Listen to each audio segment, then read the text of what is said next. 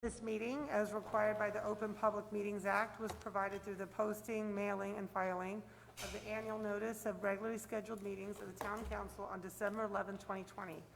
The notice was on that date posted on the bulletin board in the municipal building, provided to the Westfield Leader in the Star Ledger, and filed with the clerk of the Town of Westfield. Mrs. Rowley, may I have a roll call? Mayor Brindle, Here. Council Members Habagood, Parmalee, Here. Agrippo, Katz, Here. Mackey, Here. Contract, Dardia, Here. Boyce. Here. Please rise for the invocation, which will be given by Councilman Boyce, and then remain standing for the salute to the flag. Today, may we be open to others' ideas and beliefs, respectful of our differences, not threatened by them. May we grow in understanding of our own motives, knowing that people often act out of their own fears. May we be a force for replacing fear with insight, helping us all to be patient and kind as we talk. Strength, real strength, can always find compromise. Working together, may we find common ground. Enable us to move forward with a shared purpose. May we see what is truly important and unites us, focusing on that to banish roadblocks of ego and fear. Today, may we be open to others' ideas and beliefs. Amen. Pledge allegiance to the flag of the United States of America, to the republic which stands one nation under God, indivisible, with liberty and justice for all.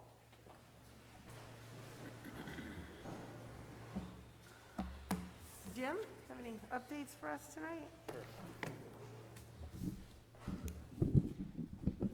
Thank you, Mayor. A couple quick updates tonight. First, about road paving. You've been in town, you've seen there's lots of road paving going on. We have actually 14 roads have been completed to date by Elizabethtown Gas. And they're continuing their work in town for the gas main replacements on various roads.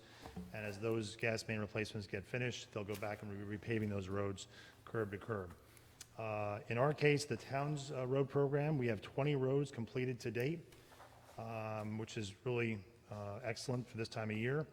And I wanted to just read the roads that they're working on next, because it's a long list. But their next section of roads, which they're already starting to work on milling and paving, includes Boynton Avenue, East Grove to the end of the town line, Elizabeth Avenue, central to Boynton, Pine and Boynton, which is Ripley to the cul-de-sac, Hardwick entire length, Cedar Street entire length, Cambridge Road entire length, Avon Road, Eaton Place, Welch Way, Grandview Avenue, Roger to Twin Oaks, Tice Place, Clifton to Montauk, Radley Road the entire length, Pine Court, Radley Court, Kirkview Circle, Lambert Court, Bayberry Lane, and Rowway Avenue at the very end of Rowway by the train tracks, where we're waiting for the Lambert's Mill and Rowway light to go in by the county. So again, a lot more paving to be done, but our contractor we hired this year has been exceptional. They have a very large crew with multiple teams, so they're getting a lot of the work done quickly. All those roads that have been paved so far, the striper will be following very shortly to do the striping, stop bars, double yellows, everything that existed on the street beforehand.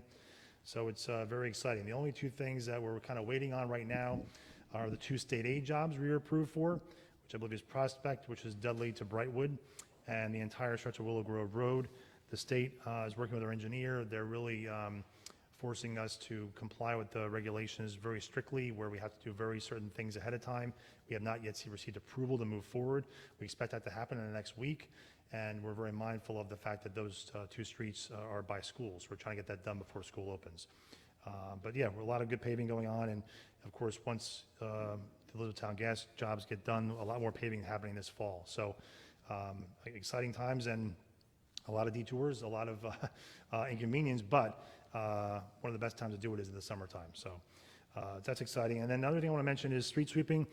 We started the townwide street sweeping this summer on July 6th, I believe. We're getting to wrap that up at the end of this week.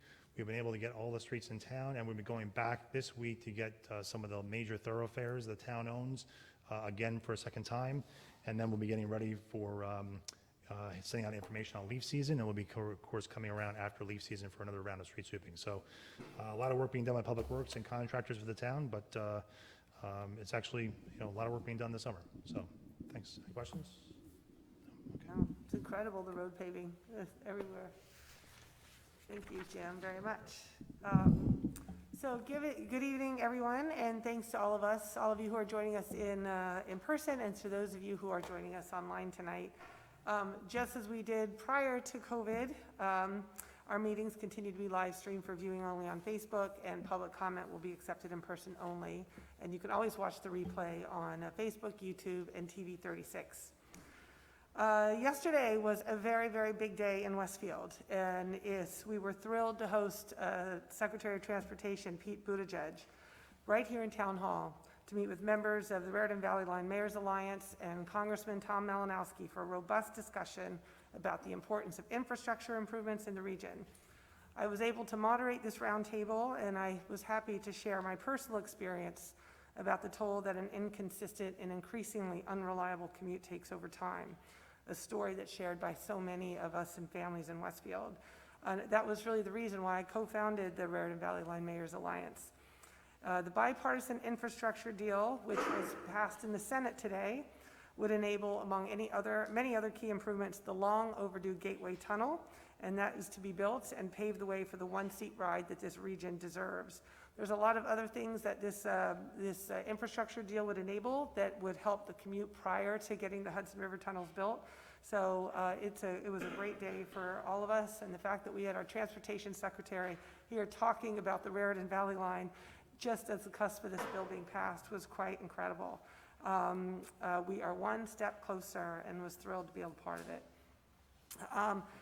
Regarding Edison School Fields, I see a lot of you here tonight. Thank you very much. I do want to thank all the residents who have provided their feedback on this project to date. It's all been very helpful, and it's all been seriously contemplated.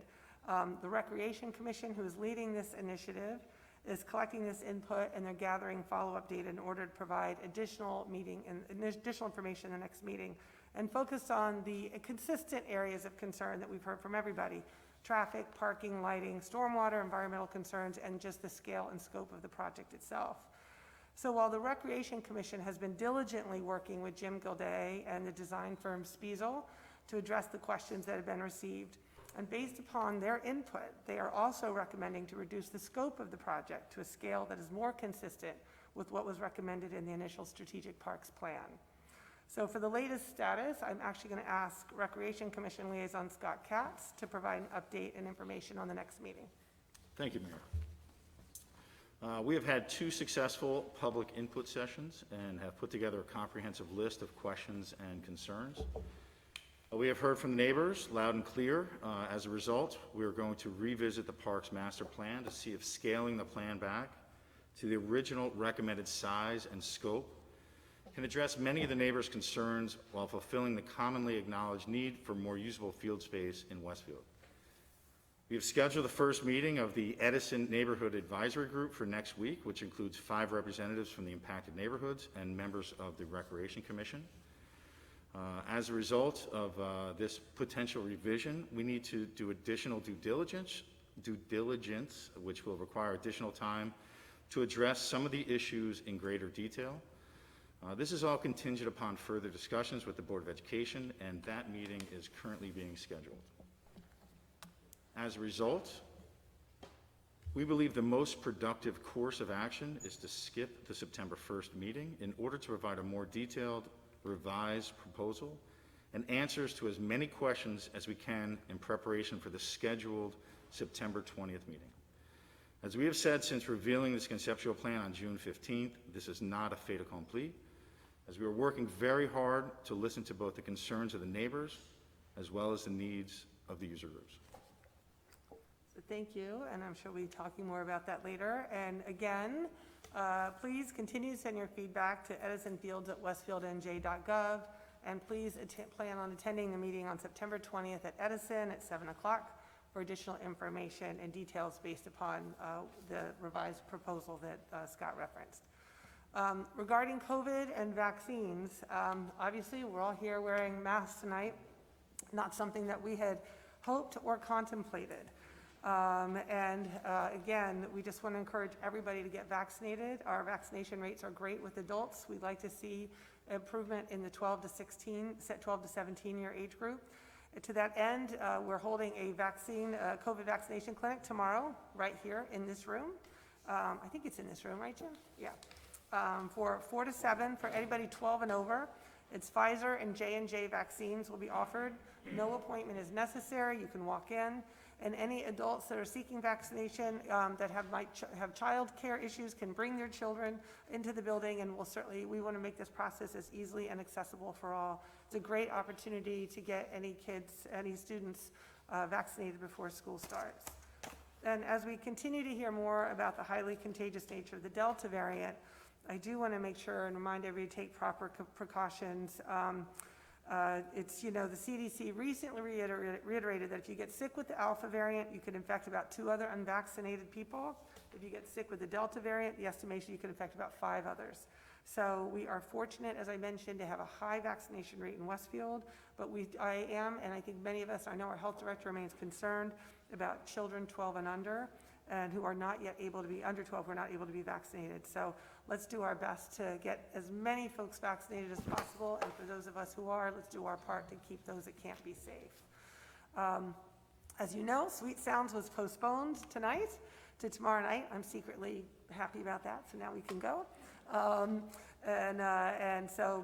We are looking forward to another very, very successful night on Quimby. As any of you guys have been downtown on Tuesday nights, they've been a big, big hit. And I do want to let everybody know, if you're a history buff, don't miss the March to Yorktown reenactment on August 29th at 11 a.m. It's going to begin in Mindawaskan Park, where historical interpreters representing French generals Rochambeau and Chastelot, along with other interpreters, will march through town to commemorate the 240th anniversary of the march to Yorktown, Virginia. On August 29, 1781, Continental soldiers, including the 1st Rhode Island Regiment, passed through Westfield on the way to Princeton to meet with 2 columns of the French army before they continued on to Yorktown, Virginia, to besiege the position of British General Lord Cornwallis. I'm particularly interested about this. I am a native of Yorktown, Virginia, so I tend to get very excited about all things Revolutionary War related. So it's incredible to me that we had a piece of this American history marching right down through Broad Street. So anyway, if you feel like something fun to do with the kids, take them to Mindawaskan Park on August 29th at 11, and you can participate in this historical reenactment. We do have another busy agenda tonight. We are voting on a resolution to award a contract to Boxcar for the use of the renovated coffee kiosk in the South Avenue train station parking lot in response to a call for bids. We're hoping that people will soon be returning to work. We do see more cars in the parking lot, and people will soon be having a great new place to have coffee and other services available to them. And they're a well-known entity to us, which is terrific. We're also voting on 3 resolutions pertaining to public safety tonight. We're authorizing the award of a contract for the crossing guard management services to ACMS, which is the company that's been doing it for the last few years. It's the 3rd consecutive year. And speaking to the chief, our police department continues to be very pleased with the management of their program. It has removed the administrative burden and filling of empty posts from the police's responsibilities. And it certainly was a big blessing for us during COVID with all the school schedules and stuff, which was incredibly challenging to manage. We're also authorizing the purchase of 10 new portable radar speed signs that were provided for in the 2021 capital budget. It's going to allow us to gather additional speeding data and known trouble spots to enhance our enforcement efforts. And then lastly, authorize the acceptance of the final body-worn camera grant, which expands our current body-worn cameras to the entire department. So we also, very excitingly on tonight's agenda, is a resolution authorizing the award of contract for the Adams Fest Beer and Wine Garden concession for the return of this very popular event on October 16th. Councilwoman Mackey is going to give some details later on that. About she and her team of volunteers have been planning for this year's Adams Fest, which will mostly consist of outdoor events and, of course, all applicable COVID protocols. So with that, we'll get to work. I would remind everybody I'll be enforcing Robert's rules this evening to ensure we stay on topic and our meeting runs efficiently. So thank you all very much for your attention. So with that, Mrs. Rowley, do we have any advertised hearings? Yes, Mayor, there's one advertised hearing for General Ordinance Number 2220, an ordinance to amend the code of the Town of Westfield, Chapter 13, as it relates to parking. Anyone wishing to be heard on General Ordinance 2220, please come up to the microphone and state your name and address for the record. Seeing no one, Mayor may close the hearing. This hearing is closed. Councilman Dardia, please move for the adoption of General Ordinance Number 2220. Thank you, Mayor. I would like to move for the adoption of General Ordinance Number 2220 on second reading, an ordinance to amend the code of the Town of Westfield, Chapter 13, as it relates to parking. May I have a second? Second. Any discussion? Please call the roll. Councilman Parmalee? Yes. Councilman Katz? Yes. Councilwoman Mackey? Yes. Councilman Dardia? Yes. Councilman Boyce? Yes. Mayor Brindle? Yes, this motion is carried. May I have a motion to approve the minutes from the Town Council Conference and regular meeting of July 13, 2021? So moved. Second? Second. Second by Councilman Katz. Any discussion? All in favor? Yes. Opposed? This motion is carried. Mrs. Rowley, do we have any petitions or communications? No, Mayor. Now it's time for open discussion by citizens. Anyone may come up to the microphone and speak to the council on any subject on which we have jurisdiction. Please state your name and address for the record, and please limit your comments to 10 minutes. Yes, I'm Bill Hedden, Knollwood Terrace. I'm a retired attorney who spent the last 30 years of my career doing product liability and consumer liability defense work. I think that I speak for everyone here when I say that we understand that there is a lack of multi-purpose athletic fields capacity in Westfield. We're an old town that's developed to the max, and limited options remain to expand capacity. However, we feel that the development of this proposed sports complex was primarily and specifically focused on maximizing field capacity while showing little regard for the impact the project will have on this neighborhood. I say this as someone who witnessed the exponential increase in activity when Kaler Field was turfed. It placed a huge burden on the neighborhood that didn't exist previously, but will be with us forever. The Edison proposal will be several orders of magnitude greater than that. We believe that there are some fundamental principles from a resident perspective that need to be added to the thinking going forward for any athletic field. Number one, stadium lights do not belong in any residential neighborhood. The activity, noise, traffic, height and safety issues, and light associated with nighttime athletic events are unnatural and disruptive. Westfield residents moved here expecting to enjoy peace and quiet at night, and lit athletic fields will rob us of that. Second, no neighborhood should bear the brunt of athletic field expansion for the entire town. Field capacity should be developed across the entire town, not concentrated in one neighborhood, especially one that already hosts an athletic stadium. Many other town and Board of Education properties could be improved in the process. Three, the proposal's reliance on synthetic turf fields is a choice that demands scrutiny.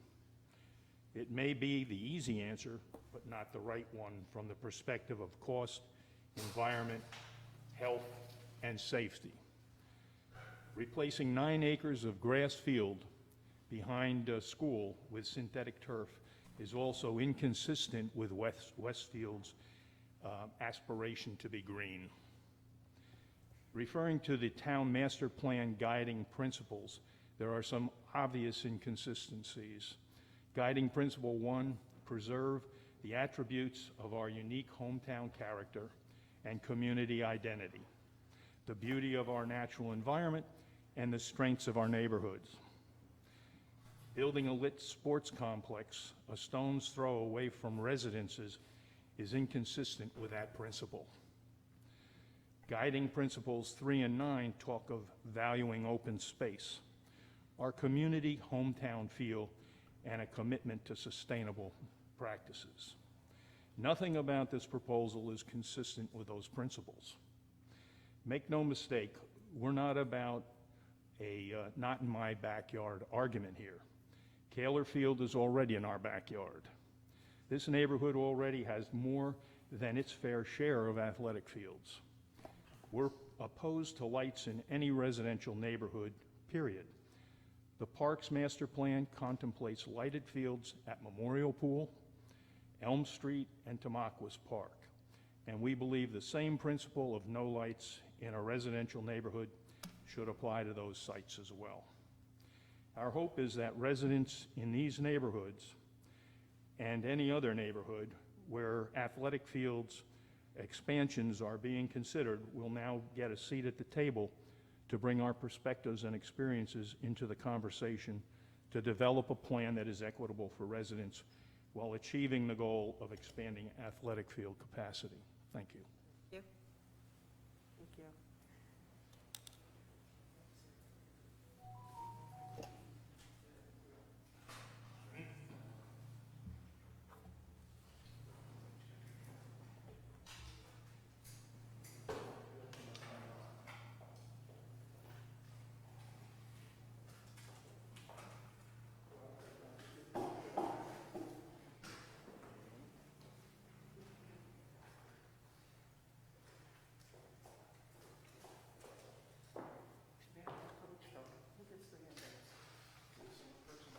You know, give it to me.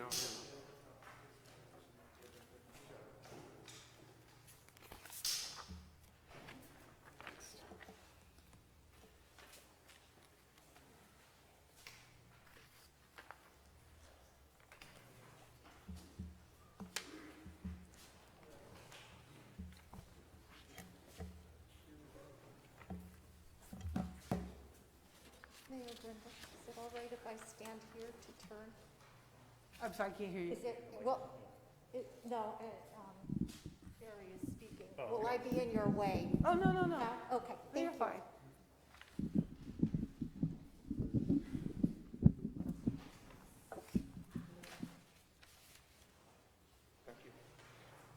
I do want to remind you, I just want to remind you, you have 10 minutes, you know that, right?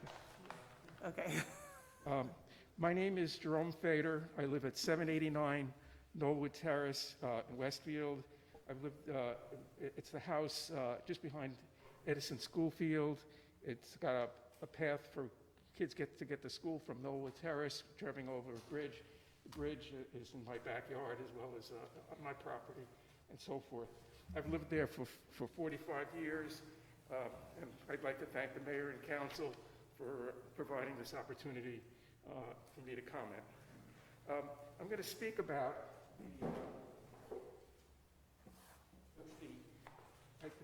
it's a 521-page Brandsetter master plan, and in looking at it, I find that there's a number of interesting parts of it, but in many respects, it points in different directions than the Edison complex that is now being pushed towards.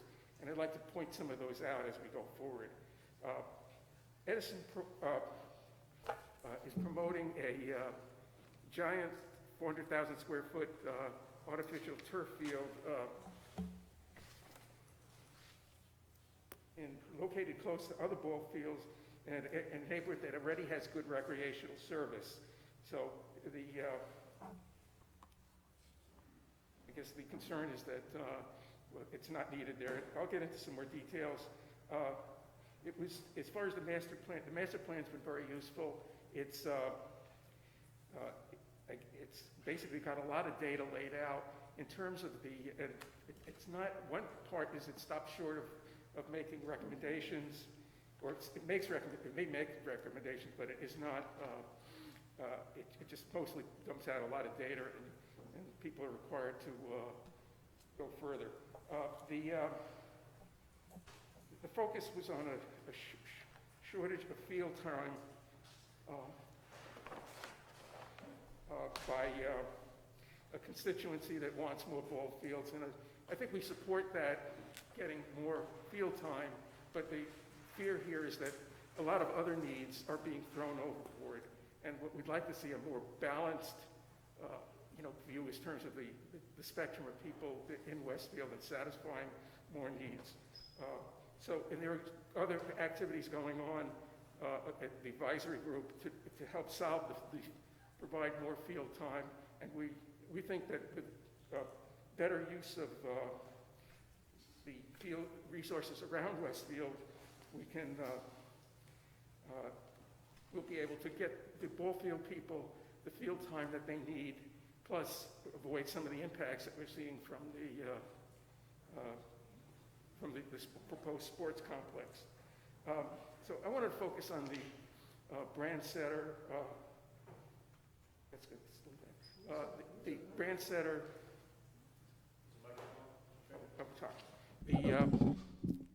The Brand Center. What they've called their statistically valid mail survey, and they gave that survey prominence in their executive summary. And the material I'm talking about is from the Brand Center executive summary. It was statistically controlled. They mailed forms to households. They collected them. They verified addresses and so forth. The sampling was random, and they gave that particular survey priority in terms of their proceedings going forward, and they also featured that in their executive summary. And I'm going to show you some of the results from that. Maybe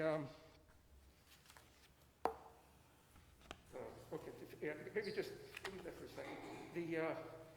They gathered the improvements that improvements that households would like to see was one of the first questions they asked, and they kind of tallied them. There were 6 of them: restrooms, walking and hiking trails. You have that in the handouts you're holding. They're basically, I guess there were 6 of them. One thing to emphasize is that they kind of provide benefits across age groups and family structure. It's a kind of they're general things that benefit most people. The next flip chart. They did a second question was the most important park and recreation facilities for households, and there the answer was walking and hiking trails, small neighborhood parks, large community parks, natural parks, nature areas and nature parks, and paved bike trails. Again, broad spectrum kind of things for multiple constituencies and families and individuals throughout Westfield.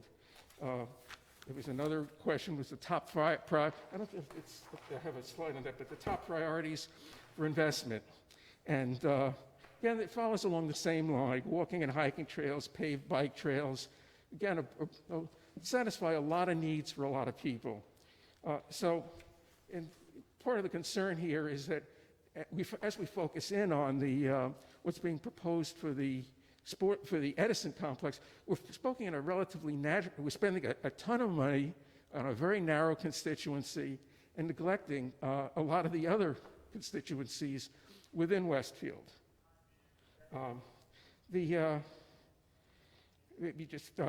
In addition to the statistically valid mail survey, Branstetter also ran open houses and focus groups and so forth, and formed a larger list. Well, maybe one thing to mention: the first, up to this point, we don't see anything about sports fields. And one of the things I find a little disturbing is that, hey, we're about to spend a very large sum of money on one thing, and when Branstetter tallied the needs of the community, I guess the athletic fields weren't even on that smaller list. Now, when they expanded and look at to some of the other input methods, which are less reliable, they did start seeing athletic fields. And that's the key findings for all methods. And there, in slot number 9, was the first appearance of athletic fields. So the concern is, hey, we want some proportion. We would like some sense of satisfying the whole of Westfield And what we're seeing here is one constituency selected out, number 9 on the needs list, and yes, that doesn't seem right. I guess basically, we'd like, I guess in general, we'd like to get the sports field people the time they need, and there's, we believe, with some of the other activities, we'll be able to do that by basically spreading some of the load around Westfield. We feel we have some underutilized facilities, and we think we can accomplish fill the needs of the sports people and still satisfy other needs. The geographic allocation of park services. The Brandsetter looked at the park services around Westfield and where they were located. I guess a quote was, residents are more willing to and able to access facilities close to their homes. And they placed priority on having facilities close to where people lived. And that kind of speaks towards distributing some of the facilities around to close to people live. And what we're finding here is that the concentration of facility in Edison is against that. It's one giant ball field in one place. So, and if you look at the next chart. You have 1 more minute. Okay.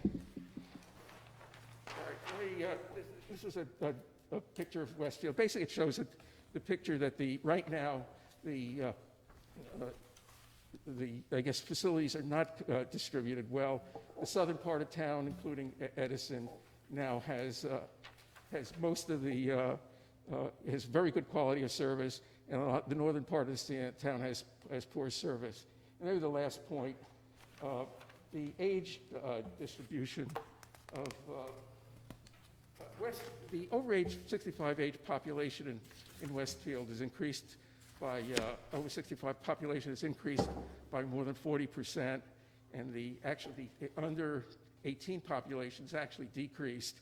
And if you're planning for the long term, that's an alarming trend in the sense that, hey, shouldn't you be worrying about the segment of the population that's increasing? And so what we feel is that some of the things that were listed earlier on here on the slides in terms of needs, bike trails, hiking and so forth, satisfy some of the older people. And it would be good to, in the planning going forward, and to go a little bit back to the drawing board and get some more facilities for that satisfy multiple age groups. So thank you, Ms. Fetter. I'm sorry, your 10 minutes is up. Thank you so much. Okay, I'm just thank you. the summary is. Thank you. No, thank you. Thank you.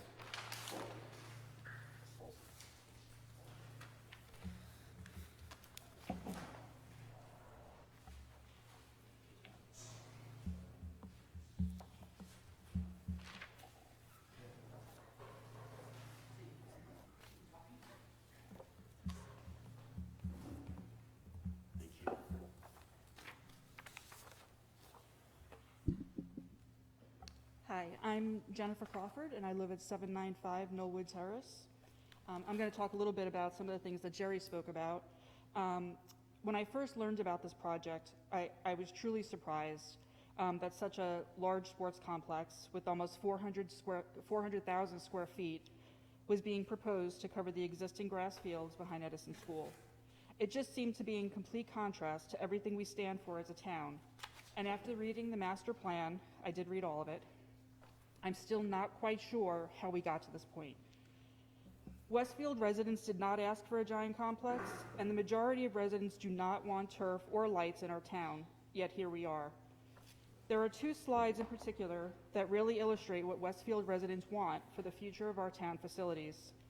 This first chart shows the top 12 upgrades that respondents said they wanted to see in our parks. For this question, respondents can choose as many options as they wanted, so it can be inferred that if a specific upgrade was not chosen, the respondents didn't want to see that upgrade.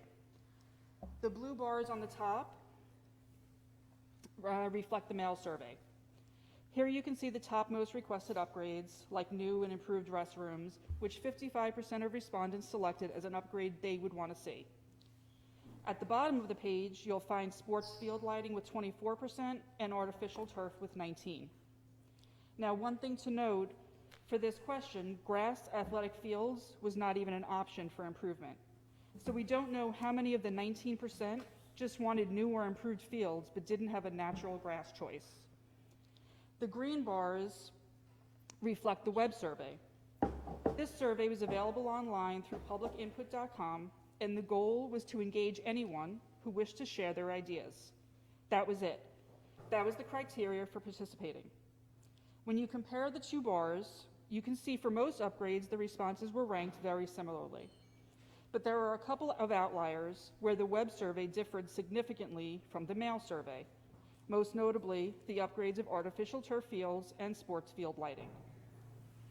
Artificial turf fields ranked number 12 in the mail survey, but number 1 in the web survey.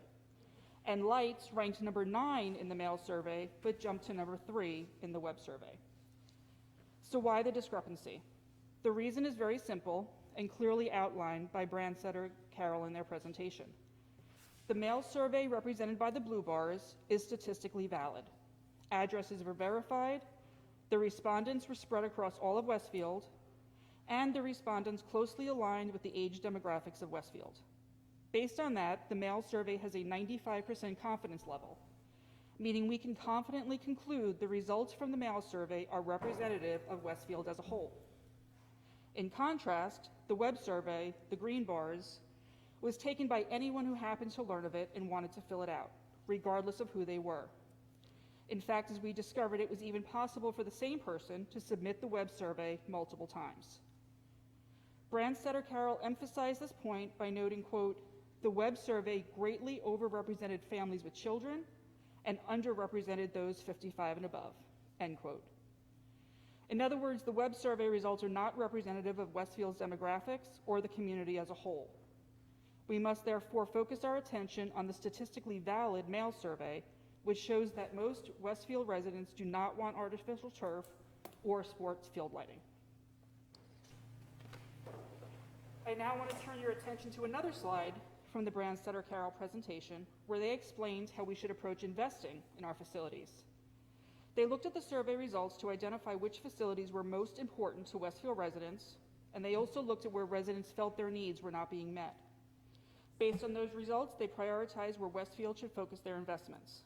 The top 5 priorities were walking and hiking trails, paved bike trails, natural areas, nature parks, small neighborhood parks, and large community parks.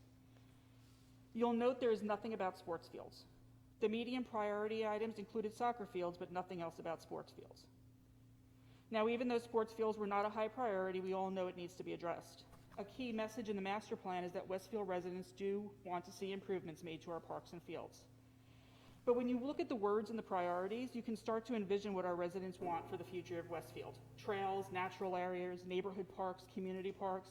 None of those words can be associated with 400,000 square feet, or maybe half, of plastic grass smack in the middle of a neighborhood. It's not what Westfield residents asked for, and it's not where we should be investing a large sum of money. I really hope you will continue to reevaluate this plan and let the residents' input from the survey and from these meetings help guide this project in shaping the future of Westfield's parks and fields. Thank you.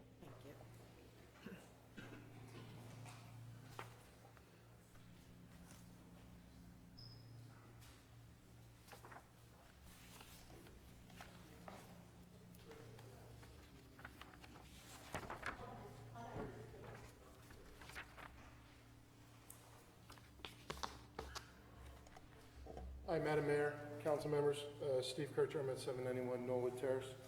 I wanted to address an issue that impacts everybody in the town of Westfield, including all of our visitors, which is public safety.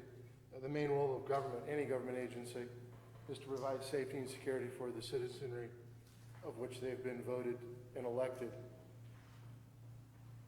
I want to also touch on the invocation. James and I go to the same church, just for transparency purposes. We talk about insight, right? We talk about fear. I want to touch on a couple of those things tonight. So the proposed creation of a 400,000 square foot lighted facility, we've heard that tonight, it just simply doesn't fit with any neighborhood. Not just Norwood Terrace area, any neighborhood, right? This isn't where we live, and I've lived in 8 different states in the US and 2 different countries in my lifetime. If this was Nebraska, no problem, right? Who are we gonna disturb? The cows, the deer, the pronghorn, right? You have space, you can do that. That's not our reality, right? It just doesn't fit with the neighborhoods today. So a couple other things in terms of traffic. Rahway, you've been down it, I've been down it. It's a mess, okay? It's very, very busy. We know it's a danger, that's why there's a traffic signal there. Some people call it a hawk signal, right? Principal, right? Bolin sends out emails to the parents, warning them of the dangers of the street, cautioning them about speed and parking, the glare from the sun. That's how detailed he gets. So he lives that every single day. And when somebody's in that and lives something every single day, I tend to listen to them because I think they really have the insight. So when we take a look at the pedestrian and motor vehicle accidents that happen, they happen already today, right?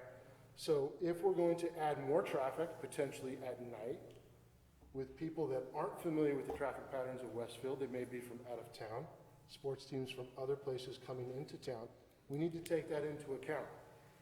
Just drive along Rahway and look at the speed bumps that are there and see the damage from people dragging their oil pans and their transmission pans and probably their differentials across the top of those as they hit those at excessive speed.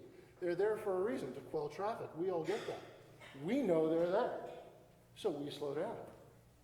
Other people don't. It takes a lot of force to drag 3 feet across that pavement and put a gouge of it 1/2 inch to 1 inch into it. Take a walk through there, take a drive by and take a look at it. I travel a lot for business. I always warn my Uber, my Lyft, my coach drivers, hey, watch out. There's a speed bump coming up, a speed hump, right? Consistently, I'm thanked during those rides. I didn't know that was there. I like the 6 a.m. flights out of Newark, right? So a lot of times it's dark. So coaches and parents have played an informal traffic patrol role after games and practices. I don't think the town of Westfield, the police department, wants to have coaches and parents playing this informal role. They're not trained for it. They're not aware of it. They're not supposed to direct traffic, they're supposed to guide, right? We have crossing guards that do that today. Why? To increase safety.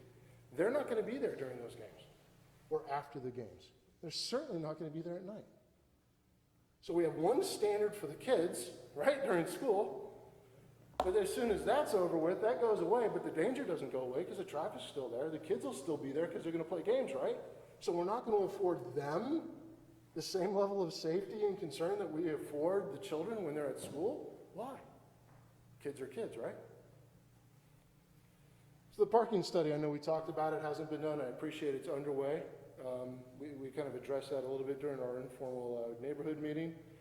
2-hour event at Edison, graduation.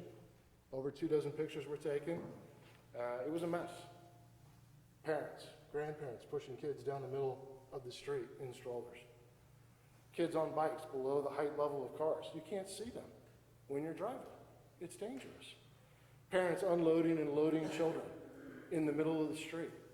That's a problem. That's not where you do that, right? You park your car, you do that in a parking lot where people are driving 5 miles an hour or less, right? Not on a street that has a 25 mile an hour speed limit. Large vehicles, delivery vehicles. I was over 20 years at UPS, so I know a little bit about large vehicles, transportation. When you put a car on both sides of the street, and you're going to take a delivery vehicle down that, or a landscaping vehicle with a trailer, there's no space on either side of that for safe passage. Where do the kids on the bikes, and the mothers, and the grandparents, and the fathers with the children and baby carriages go?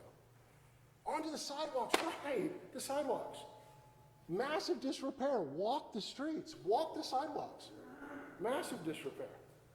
So do we want to put strollers, bikes, pedestrians, and pets on sidewalks? I can't imagine possibly what would go wrong. It's not a recipe for success. It's a recipe for failure, for accidents, for mistakes to happen.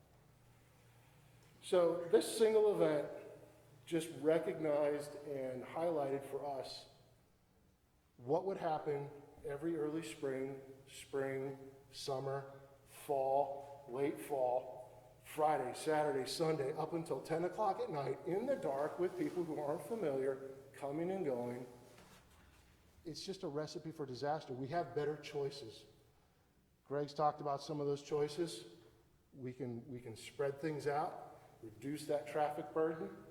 I think there's some paving of sidewalks that needs to be looked at from a safety perspective if we want to get people off the streets where they shouldn't be, really, right? Onto sidewalks. A lot of the streets around here don't have sidewalks, or there's sidewalks on one side only. Bike lanes? I grew up in Southern California. There are bike lanes everywhere. Very, very few bike lanes around here. So you don't separate that on the streets. The traffic study needs to take that into consideration. So we talk a little bit about the health concerns of turf fields. I know we've talked about that in some other meetings. Excuse me for a moment.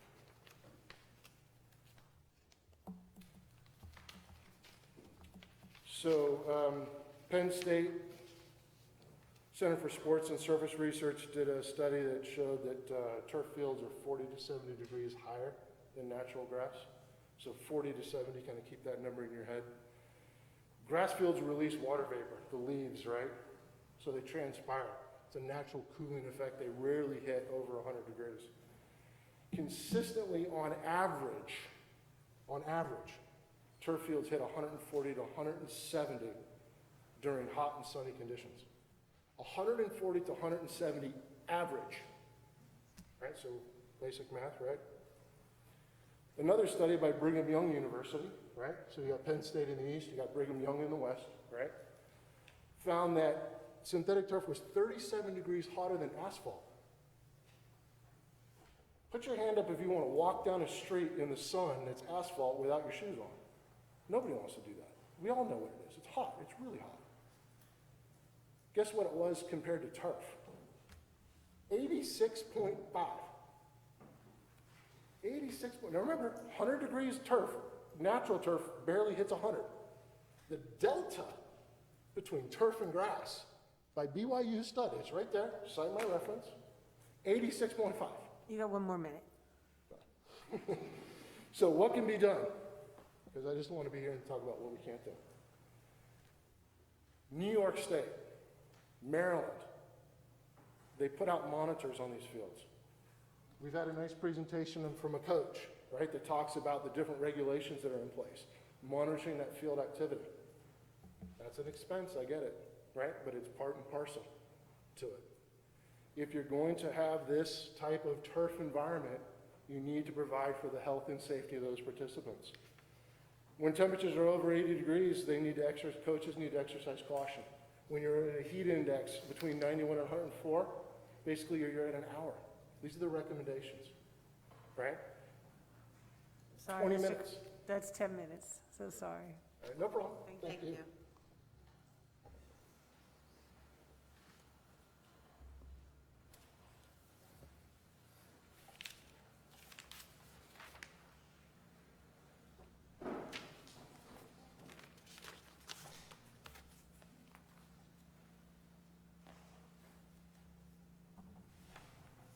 I'm Carrie Murphy from 502 Cotting Road. I'm going to switch gears a little bit. I have a number of topics I want to cover this evening, time permitting. Perhaps I'll start with overdevelopment. I'm a little confused by it all, to be honest with you, so just hear me out.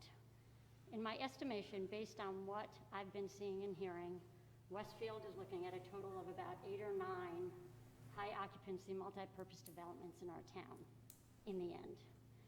Crossings, 193 units. It's a pilot program. We know Westfield has to do it. It's part of a state mandate. Still not sure why we use pilot program development, particularly without getting complete town input. Williams Nursery is potentially a pilot program, not yet underway, but it's slated to be at least 164 units. The apartments... Closer? Okay. I'm sorry. The apartments near Holy Trinity, they're almost done. I'm not sure how many units, but that's not a pilot program as my understanding. On Central Ave, there's some condos going up near Ralph's. Not sure how many units, not a pilot program. Lord and Taylor, we understand that HBC owns Streetworks and owns the 3 Lord and Taylor properties, so they can develop them as they desire within the zoning laws. And I do see why, and I appreciate that the town would want to actively engage Streetworks so that they are developed in keeping with our design, aesthetic, zoning rules, etc. So that's 5 developments Westfield's definitely going to see start to take shape and be complete over the course of however many years. However, what I don't believe falls under obligatory developments for our town, but rather being encouraged development with the potential for more pilot programs are the following: the South Ave Municipal Parking Lot, the North Ave Municipal Parking Lot, the municipal parking lot across from the post office, and potentially the Water Street parking lot. I would absolutely love clarity on this. Are these on an agenda somewhere for overdevelopment in our town? Yes or no? Are these currently being pushed through? Are we not obligated to do so? And if we aren't, why are we doing it? I don't ever remember the residents of Westfield asking for our lovely town of Westfield to be turned into the city of Westfield. If I'm wrong and you have documentation that supports the request for overdevelopment, please share with all the taxpaying residents. If that request wasn't made, I don't understand why we're doing it. I do recall concerns over the empty storefronts in town, but that doesn't mean scrap the whole thing and start from scratch. I often wonder that if all the time and effort that's been put into blighting the town, attracting pilot programs, putting multiple parking lots on the list for overdevelopment, speaking to consultants about overdeveloping our town, all the stuff we learned about after the fact, if all of that effort were placed into attracting new business to our town, would we even be having this discussion? But I suppose, filling vacant stores isn't nearly as attractive as overdeveloping a town. The town of Westfield has been loved by many far and near. Children who have grown up here come back to raise their own children. The community feel, the people, the schools, the parks, the loving and support families. What's not to come back to? Overdevelopment, that's what's not to come back to. Why is this tremendous transformation happening? Who exactly is asking for the change of this magnitude? And why aren't we, the taxpaying residents, allowed to vote on it? If we aren't careful, Westfield will start to look like all of the other towns we now drive through, with many multi-purpose high-occupancy apartments, and I don't believe we ever asked for that. There's so many questions and concerns with this overdevelopment. A lot have been asked already multiple times. We haven't received answers. Hopefully we will down the line, but the ones that really affect us are the ones that aren't being answered. I'll go through some of them again. The Westfield school system will see a rise in numbers of students from these developments, if there's really 8 to 9 developments, along with the natural growth from families already living and paying taxes in town, and the schools already seem to be at capacity. It's $0 from the pilot programs and likely other pilot programs, if the other overdevelopments go through, does not go to the Board of Ed. Will our taxes in some way go up? Maybe not in an obvious way at first, but what's going to cover the cost of educating and creating more space in schools? We know the children will be covered. It's been stated, but I still don't understand how. If pilot funds are not covering it, what does? Do we have a plan for it? What will it cost us? With an increase in residents from all these overdevelopments comes an increase in congestion on our streets and our parks, pool, fields. Do we have a plan for this? What will it cost us? Our infrastructure becomes overloaded and inundated. Do we have a plan for this? What will it cost us? With that many more people in our town, aside from losing the community feel we have all grown to love, we will need more WPD, WFD, and DPW employees. Do we have a plan for this? What will it cost us? With tens of thousands of square feet of retail space, how will that help fill storefronts downtown? And how will that help existing stores stay in business? As taxpayers, we should not only be fully aware of all of these developments, what they will mean for this town and what it will cost us, aside from the loss of a beautiful town. We should be very much a part of the discussion and not brought in as an afterthought once the decision is far too gone to make any changes, as I believe we were with the first ever pilot program in this town. We need actual facts on the apartment numbers, the number of pilot programs, infrastructure congestion, how our taxes will be affected, our home values, et cetera, et cetera, et cetera. We're paying the taxes. We are the taxpaying residents that will bear the burden. I think there is a great cause for concern and a greater need for clarity from the current administration on what this all means long-term for our beautiful town, our schools, our taxes, and our home values. Somewhere along the way, I feel we residents have lost our voice, and decisions of great magnitude have moved forward without input or very little input. We're not talking about how many strands of lights should be placed on Quimby or which artist to choose for the next project. While that's important, that's not what I'm talking about. We're talking about decisions mentioned that will forever change the very basic fabric of this town. Some council members recently posted the following, which is wonderful.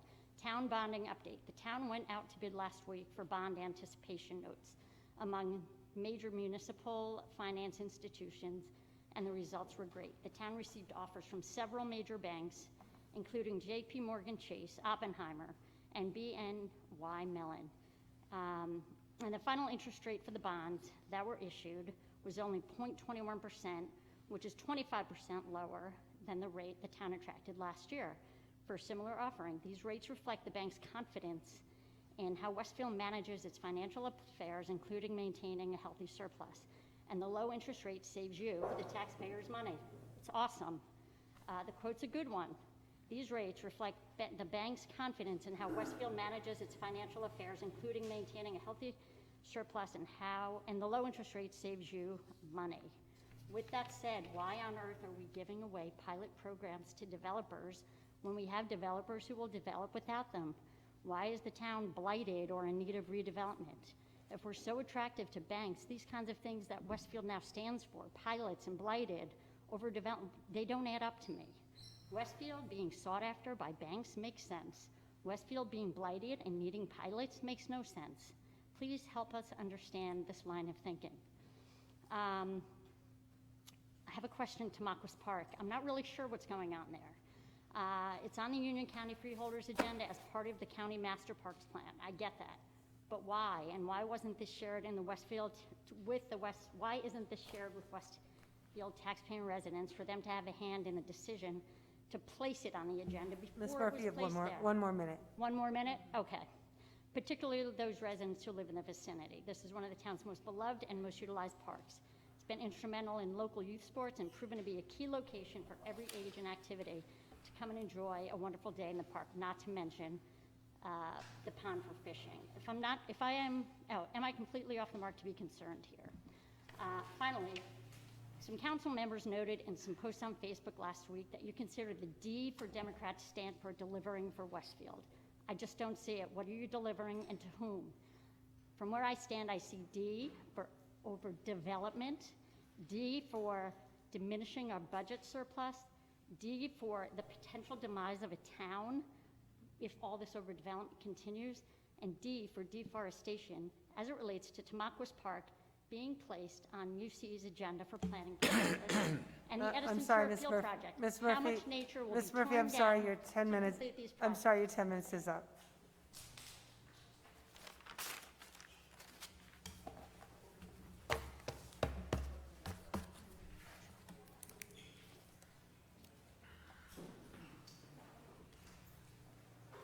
Good evening. My name is Greg Lemberg. I've lived at 528 Grove Street for the last 23 years.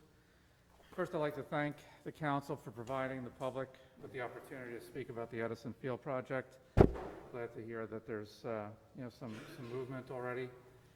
Some of the observations about this proposal that I'm about to go through may seem harsh, but please understand my intent is to help find the best possible solution to expand athletic field capacity, protect the interests of our residents, preserve the environment, and keep our children healthy and safe.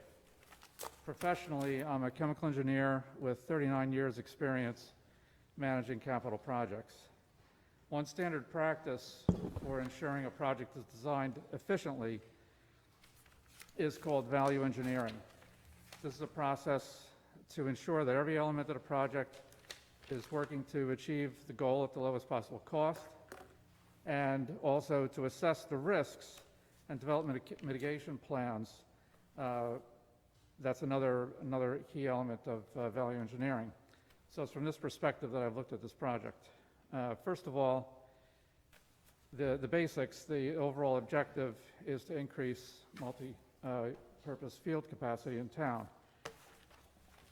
The scope is to install 3 multi-purpose synthetic fields at Edison, 14 lighting towers, also synthetically turf the JV and varsity baseball fields, plus a structure for restrooms, concessions, etc.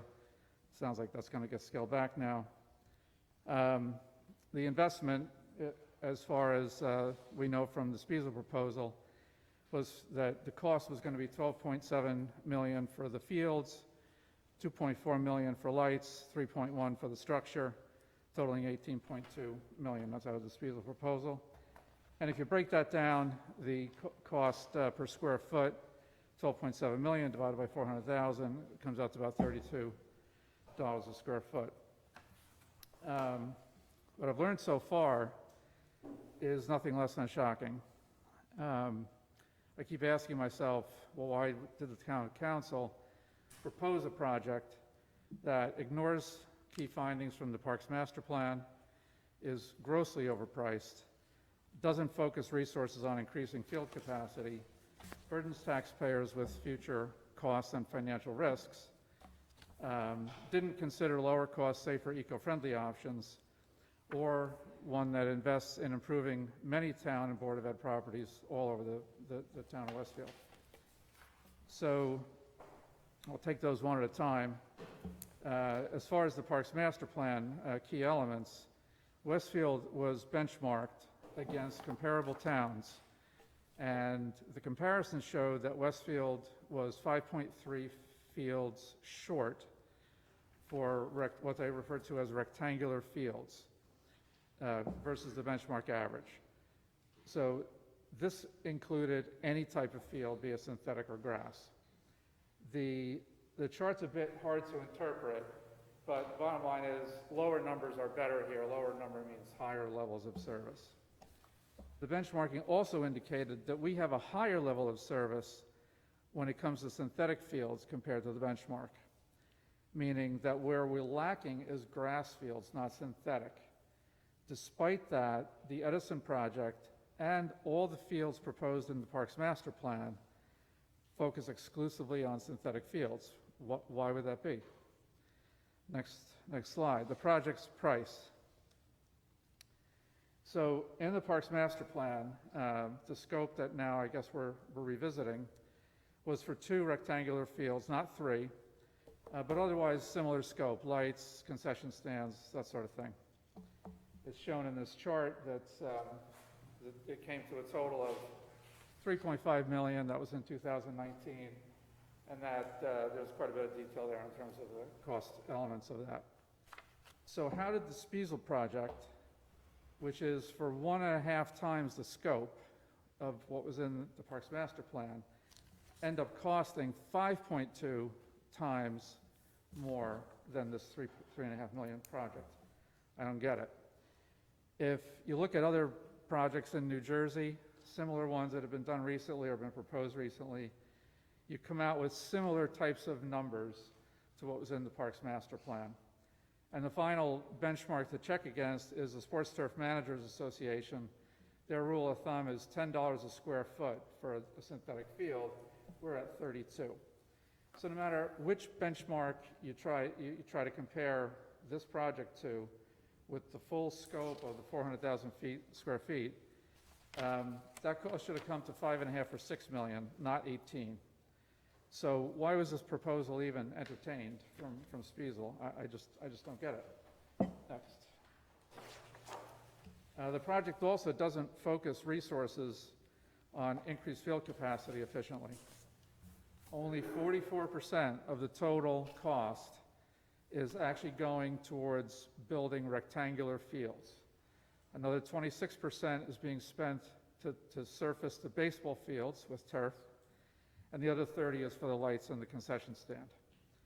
So if the money was focused more just on building rectangular athletic fields, which is what we lack in this town, You could get a whole lot more than 3 fields out of it, but that's all this proposal is delivering. It's also already been acknowledged that scheduling between Keller and this field at Edison may limit capacity because of parking and traffic issues. So the full scope may not be able to be utilized. In all likely, it wouldn't be. This would not be the case if the fields were spread out around town. Next one is on the taxpayers are burdened with future costs. So what hasn't really been addressed is the replacement cost of synthetic fields. Every 8 to 10 years, you have to replace these fields. And that will cost, for a scope this size, millions of dollars, not hundreds of thousands, but millions. This size field is also unprecedented in terms of its sheer size. To best of our ability, we have not found anything that even comes close to 400,000 square feet of continuous turf anywhere. Certainly not in New Jersey. So that increases the risk of something unexpected happening. I said before, I manage capital projects. A project like this with a high-risk profile would deserve a 25 to 30% contingency, whereby a normal project would be only 10%. So there's a risk factor that should be built in here. Also, as more is learned about the toxic nature of these materials used in synthetic turf, disposal costs are likely to rise. Even remediation may be required at some point in the future. And finally, what if the revenue stream from the pilot doesn't materialize as expected? All these burdens are going to fall to taxpayers. So why weren't lower cost, eco-friendly, safer options considered? Properly built turf grass fields with drainage, soil amendments, appropriate grass varieties, and appropriate maintenance cost between 60 and 70% less to install than a synthetic turf field. That means for every 1 synthetic field, 2.5 to 3 grass fields could be built or remediated. Despite popular opinion, grass fields are also less costly to maintain. So the total cost of ownership is lower for these over time. And don't take my word for that. Princeton just did a study this year where they looked at the total cost of ownership for 1 athletic field, synthetic versus grass, and they concluded that the cost for a grass field would be $1 million less over a 16-year period for a grass field versus synthetic. So those aren't my numbers, those are Princeton's. What's more, the scope of the agreement with the Board of Ed could be expanded to many other properties, and if the focus were on grass. So not just sports activities, but also gym classes and recess and enjoyment for the general public could be increased across the town. The same would be true for town-owned properties. So in closing, I ask this question: does Westfield want to lead by implementing a green solution to solving our athletic field problem, or lag by defaulting to 20th century industrial solutions? I think it's clear where I stand. Thank you for listening. Thank you.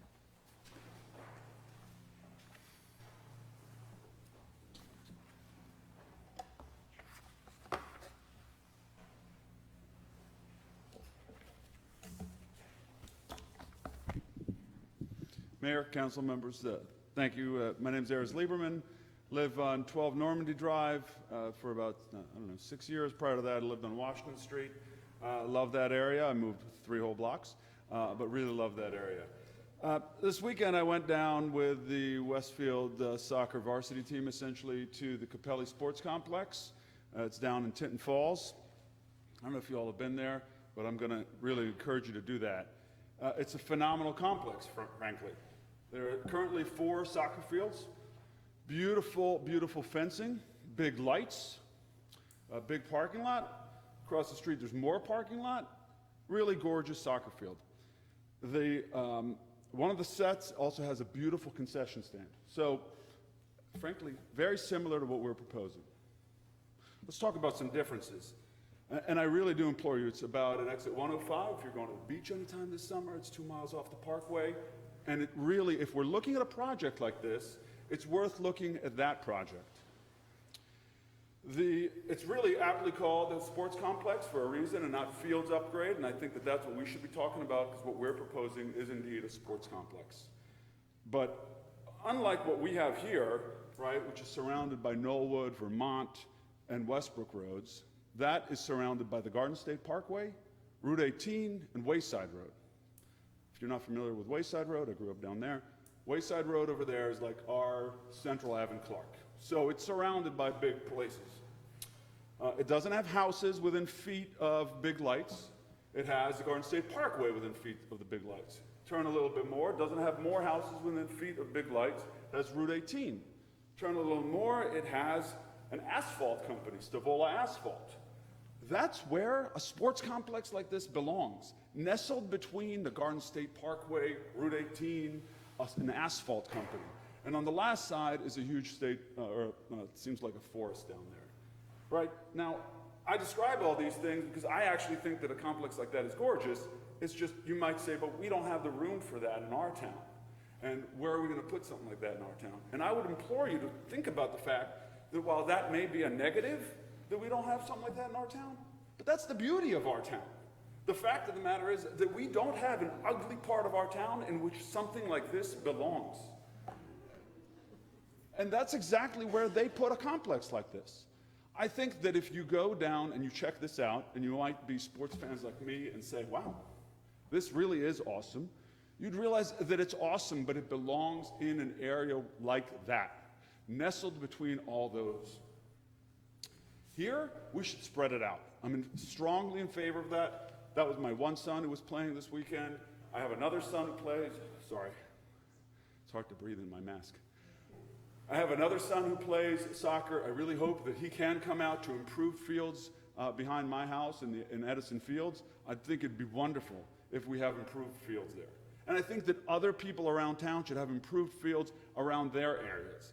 But we are not the area of Tinton Falls, a minute off the Parkway, where we should put a complex like this. And again, I really implore you, don't make a decision on this project without driving down or taking a 2-minute detour off the Parkway.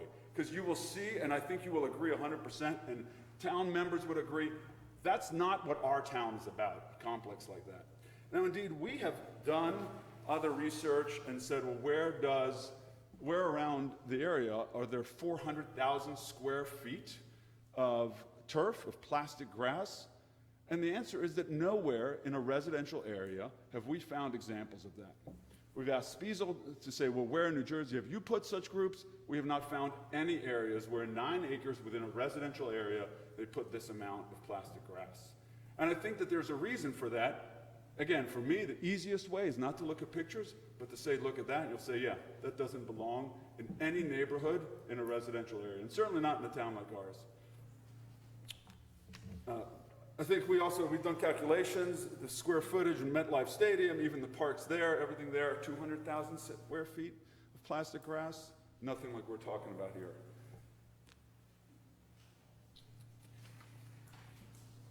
The other area, and I know that others are going to be talking about that, but the parking issues, I live by there. I think that if we look at all these fields together, and I was impressed by that when I saw what was going on at this field complex this weekend, with those games going on, much bigger parking lots, all full to capacity. If we look at what's going on there, we add to that what's going on in Keller Stadium, which fills already everything that's going on, there simply won't be any capacity for all of these fields to be in use at the same time. And then if we say to ourselves, well, we built this in order to have a maximum field usage, but we can't do that because there's no place for people to park and to have people walk safely, the next step is to say, well, we won't use them all at the same time. And then we've kind of gone backwards into the whole point of having all these fields together. So I think that, if I'm not mistaken, my understanding is that there's still a parking study coming. I think that will elucidate, or give us some more light on the issues surrounding the amount of traffic that's going to be there and the amount of parking that's available. And at the end of the day, it'll be counterproductive for us. And that's the final part on that. I did want to, and I've said this in other meetings, I look at this project, I do want more fields. I'm definitely in favor of that. My kids play soccer. I think it should be spread out. The lights issue to me is also just, I don't understand how it is that as a town we've again and again said we're not putting stadium lights on the stadium, and yet we're thinking of putting those same stadium lights behind a middle school and 10 feet from people's houses. So I really hope, as I said, take a meeting, go down to the Capelli Sports Complex, see what that is, and ask yourself if you would transplant those, which are actually a little spread out, if you would combine them and put them in any part of our neighborhood. I think the answer would be no, and I hope that we really reconsider. Thank you. Thank you.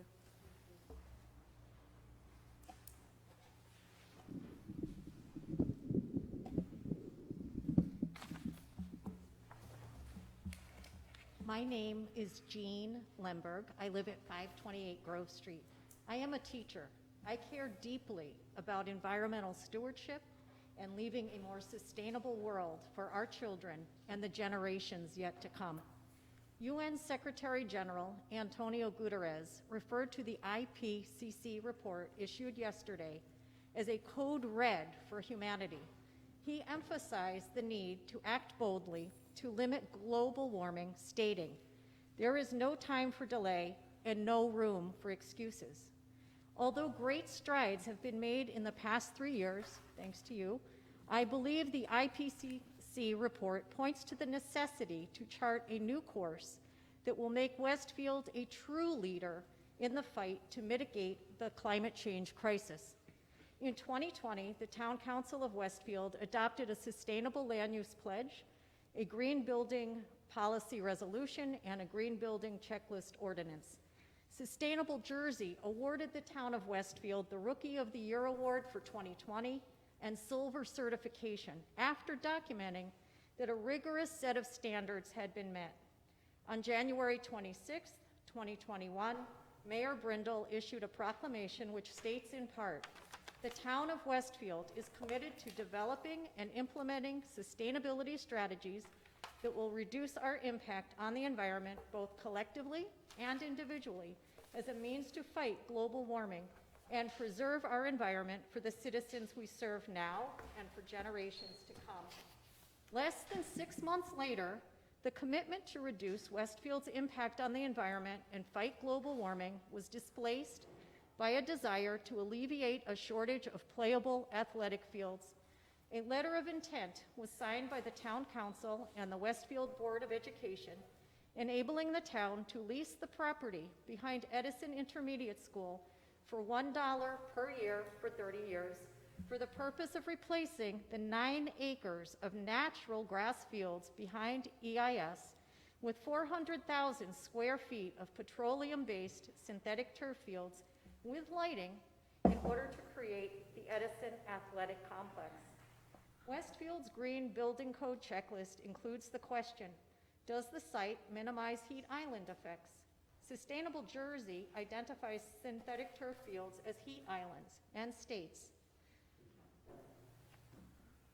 despite their green color, synthetic turf fields actually absorb high amounts of solar energy due to their plastic makeup and can become extremely hot in the summer, reaching up to 160 degrees Fahrenheit. Communities should use natural grass for future construction and consider removing existing synthetic turf fields when they wear out and need to be replaced. Natural grass fields remove carbon dioxide from the atmosphere and store it in the root mass and soil, which creates a carbon sequestration system that is sometimes referred to as a carbon sink. Why would you want to remove something so beneficial and replace it with 400,000 square feet of plastic grass and about 1 million pounds of crumb rubber infill? The Master Plan Reexamination Report lists among its guiding principles, we will commit to sustainable practices that promote social equity, environmental health, and economic prosperity. It is not equitable to place lit athletic fields of any size in the middle of a residential neighborhood with the noise, traffic, and safety issues that accompany lights, never mind the unnatural glow and glare as the lights reflect off the turf. The Journal of Pediatric Nursing examined the association between green space and overall health and concluded access to green space was associated with improved mental well-being, overall health, and cognitive development of children. It promotes attention restoration, memory, competence, supportive social groups, self-discipline, moderates stress, improves behaviors and symptoms of ADHD, and was even associated with higher standardized test scores. All students should have access to the benefits of green spaces and should not be subjected to the health hazards associated with synthetic turf.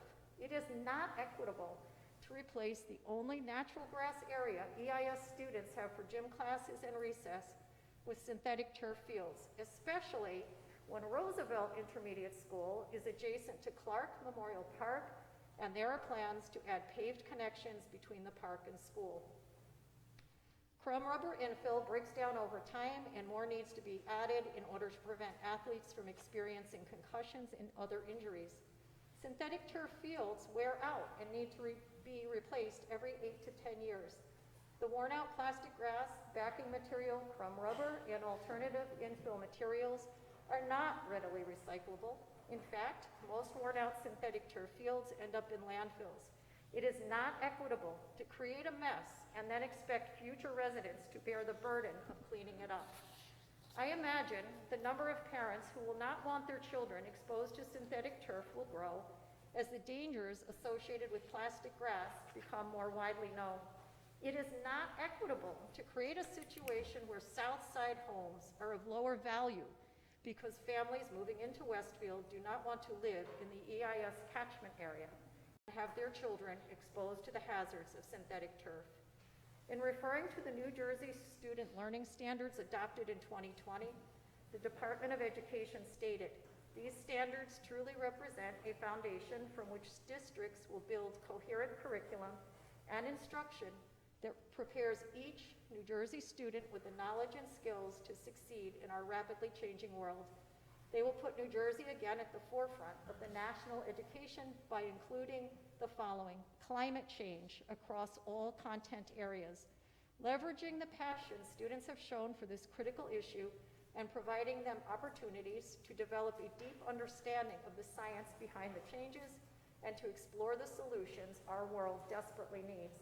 How will the emotional well-being of the approximately 2,000 students who attend Southside schools be impacted when they study climate change and later learn that Mayor Brindle and the town council chose to remove the natural grass field at EIS and replace it with a synthetic turf field, be it 400,000 square feet or a lesser number?"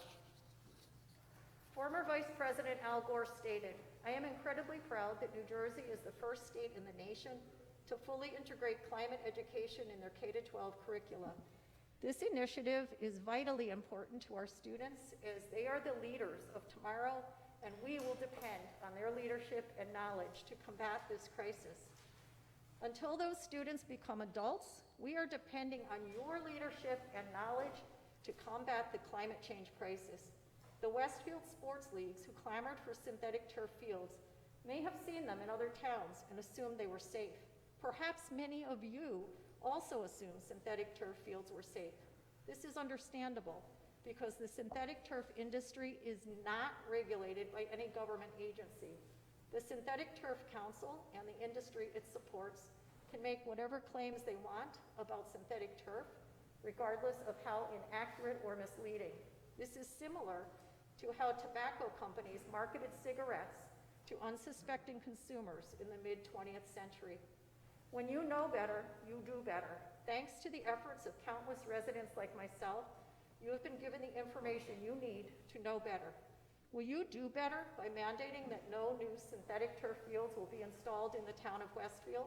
If not, why not? A 2019 report from Terry concluded, from an environmental and health standpoint, organically managed natural grass is a safer choice for sports fields. When the full product life cycle is considered, organically managed natural grass also offers lower costs over time. EHHI stated towns and schools have an obligation to have their children and students play on a safe surface, and there is no safer surface than grass. When You have you one- know one- better, one more minute, I you just do wanted to- better. Will you do better by mandating that all new athletic fields be constructed from organically maintained natural grass? If not, why not? Every crisis provides an opportunity. Mayor Brindle and members of the town council, you have been given the opportunity to establish the town of Westfield as a leader in the quest to combat the climate change crisis. You can do this by installing new, organically maintained grass athletic fields throughout the town. If those new grass athletic fields have walking paths and pollinator gardens around the perimeter, you will also fulfill 2 additional goals identified in the Parks Master Plan. This will be a win for residents of all ages now and for generations to come. Thank you for considering this. Thank you.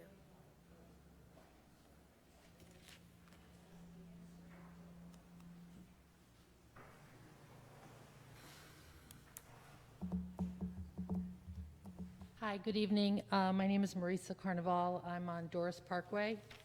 I'm here as, I wear many hats. I'm a mom, a mother of an athlete who was committed to college for athletics. I'm very proud of that, and as I said in a previous meeting, we are a very big on sports family. However, tonight I'm here as a teacher and an advocate for our children and our students at Edison. I want to piggyback on what Mrs. Lemberg said, because I too have read the UN's report this week, and I wanted to just read this quote that said, "The framework aims to galvanize this urgent and transformative action by governments and all of society, including indigenous peoples and local communities." We are the local community. I want to talk about equity, and that's a big word for our students, and I talked to them about equity. We had many things happen in our society these past couple years, and not just with COVID, but with social justice and equity. And how can we espouse equity and teach them about equity when our students at EIS will no longer have green space, yet the other middle school across town will still have their green space? I don't understand that. I also think that plastic grass is quite antiquated, and I'm quite surprised that we can't come up with a more natural solution, as the Lembergs presented, for our needs for our athletes. I'm here to advocate for our kids because kids, we have this beautiful green space, and we should be thankful, and I think we take for granted that they have this green space, and I don't think that they should lose this space. Social emotional learning is another big field in my career, and I'm working with a few groups on that. Kids need a place to go, and we should be so fortunate that they have a place to go during recess that is green, that they can sit outside and look at nature. And believe it or not, a fox was walking across Edison Field the other day. My daughter and I saw him. I see many bats at night. The deer, well, we all know about the deer, don't we? But I do think that our kids have that beauty around them, and you may think, that we take that for granted as adults, but I don't think kids take that for granted. And I think that they deserve the equity that the Roosevelt kids will have, and they don't deserve to lose their green space, and they deserve to go outside for recess and have gym class outside and be children, because I see a lot of people in this room, and I don't know if there's any professional athletes, but I know there are chemical engineers, there are, I'm sure, many lawyers, former heads of HBO, and those kids all went to school. And to have a beautiful area around your school is just something that we should cherish, because not all kids have that. Thank you. Thank you.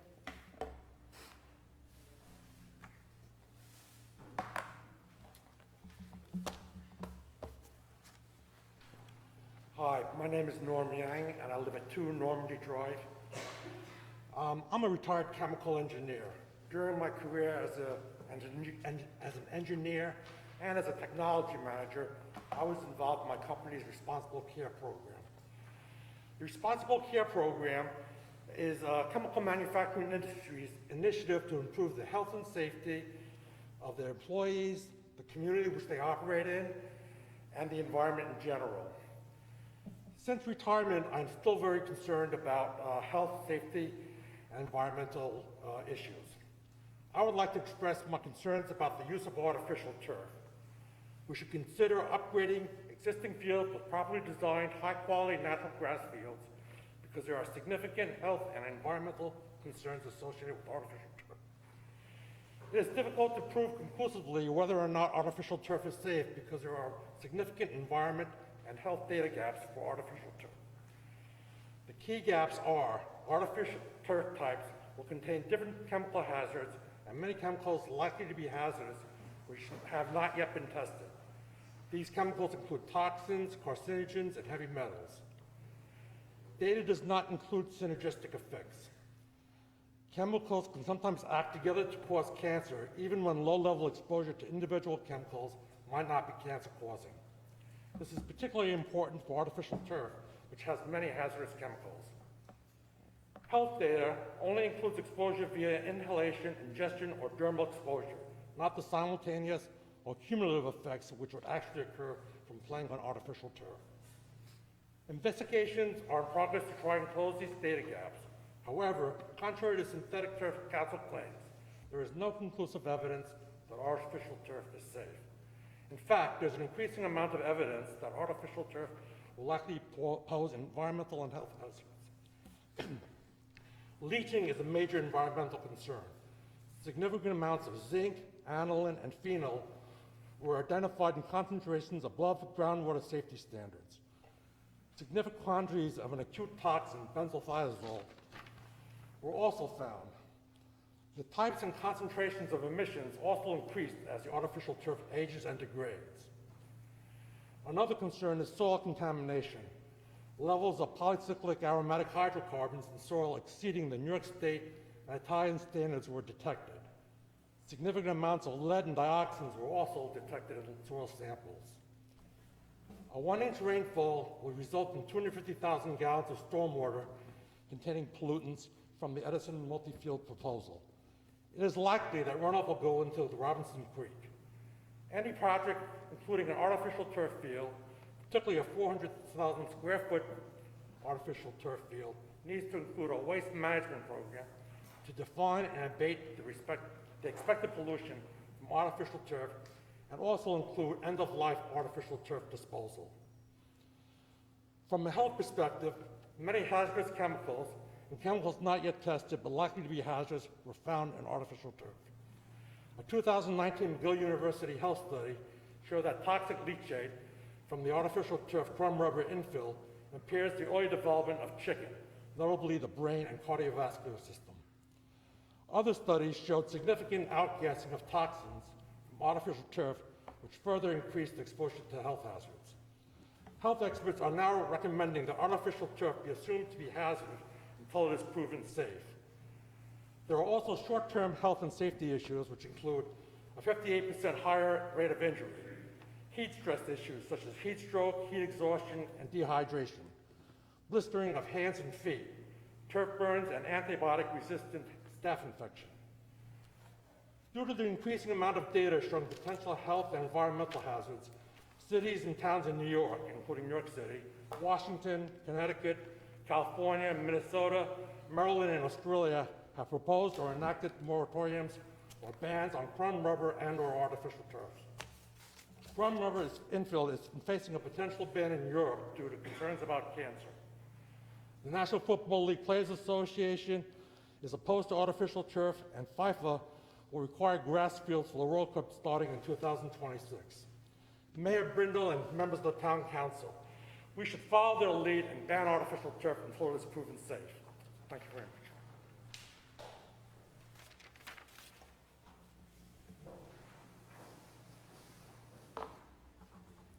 Good evening.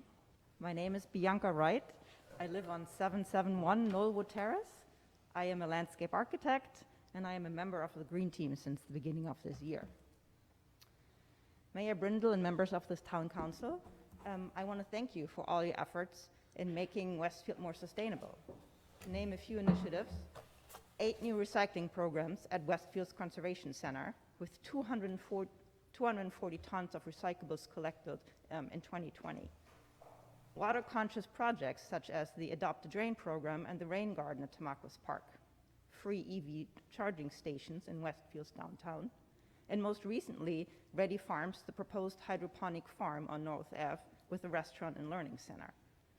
All these projects contribute to putting Westfield on the map as an innovative and responsible town. But how is this new Edison Athletic Complex, which is comprised of 9 acres of artificial turf, sustainable, innovative, or responsible? The proposed 3 multi-purpose fields will generate 100 tons of artificial grass and 1 million tons of infill that will need to be removed at the end of the field's life cycle, which will come after 8 to 12 years. This amounts to about 100 30-yard dumpsters. And all that petroleum garbage, while New Jersey will ban single-use plastic bags next year in May. While a lot of manufacturers claim that their synthetic turf is recyclable, the separating of individual chemical components that make up the synthetic turf is difficult in its infancy at best and not yet available at large scale in the United States. Mayor Brindle and members of this town council, I applaud you for initiating the Parks and Recreation Master Plan. It's a very detailed and comprehensive analysis of our town's public open space, and it lays out an action plan with 150 strategies and provides a capital priority ranking. But a huge artificial turf field complex as first action item? How was this derived from the master plan? What I took from reading that document was a plan to employ a multi-pronged approach to address the shortage of rectangular multi-purpose fields by looking at several locations. And why the focus on artificial turf? The master plan does not include an analysis of the pros and cons of athletic fields made of grass versus artificial turf. I do not want to repeat the health and environmental concerns with the synthetic grass that the previous speakers have laid out. Nonetheless, I support their conclusions. In addition to the benchmarking, where is an audit of all the spaces in town currently used for sports teams? What patterns of use do these teams have? Where are the scheduling conflicts? How many teams in which sport play at what levels? How much demand do school teams have compared to those of the various sports leagues? And what are the exact conditions and problems of each grass space that is currently used in regards to layout, soil, compaction, drainage? I cannot find this information in the master plan, but it would provide a helpful guide in determining which grass areas should be improved to what quality of an athletic field, so that the portion of the town's budget that is allocated for youth sport is used wisely and effectively. Mayor Brindle and members of this town council, I applaud you for an unprecedented cooperation with the Board of Education. This is an innovative approach for sharing land for a similar purpose. Could this be the starting point for an original approach to athletic fields in historic towns in the 21st century? Artificial turf fields have become the go-to solution for a lot of towns to address this problem. But is this the right approach for Westfield, a historic, densely populated town that is cherished and sought after for its quiet neighborhoods? How does the lit multi-field complex at Edison School fit into its surroundings? Mayor Brindle, you championed the preservation of our historic buildings in town. But what about recognizing the quality of life here in Westfield and preserving our town as a whole? To be frank, lighted turf fields do not belong in any neighborhood in Westfield. Instead, can you extend your success in historic preservation of significant buildings to entire neighborhoods and their sense of place by avoiding artificially lit multi-purpose fields and not installing them at Edison, Memorial Pool, or Elm Street as it's laid out in the master plan? How can we use this problem of our athletic field shortage as an opportunity and find a unique solution that suits and strengthens Westfield as a whole? Could this become a great project that solidifies Westfield, well, sustainable Westfield as a brand? I hope I can applaud you, Mayor Brindle, and this town council in the future for pressing forward with innovative town planning. Thank you. Thank you.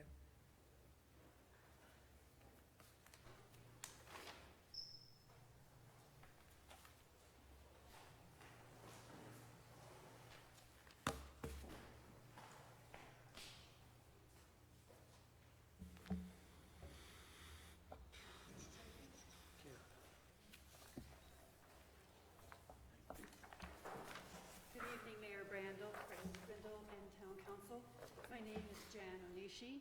I live at 759 Knollwood Terrace. I am a retired pharmaceutical basic research scientist, and in my professional life, I have been used to a job dependent upon searching for and analyzing information.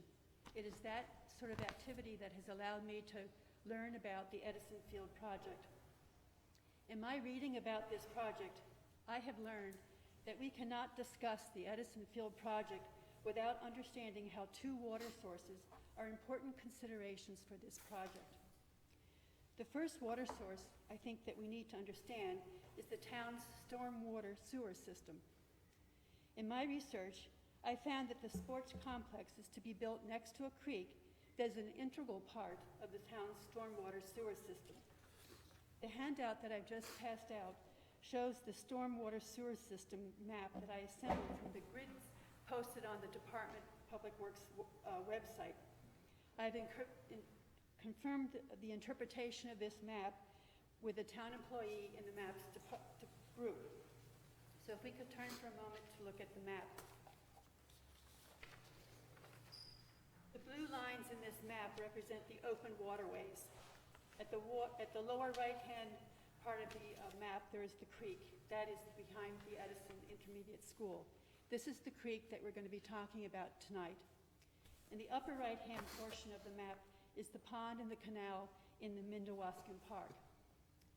The red shows the closed stormwater sewer lines throughout the town, which are underground. And the yellow line in the middle of the map is the railroad tracks running through the middle of the town. If we start at the lower right-hand corner of the map, draining into the creek are all the sewers from the neighborhoods in Ward 4, excuse me. The open area to the right of the creek, which shows the compass icon, is the Edison Intermediate School property.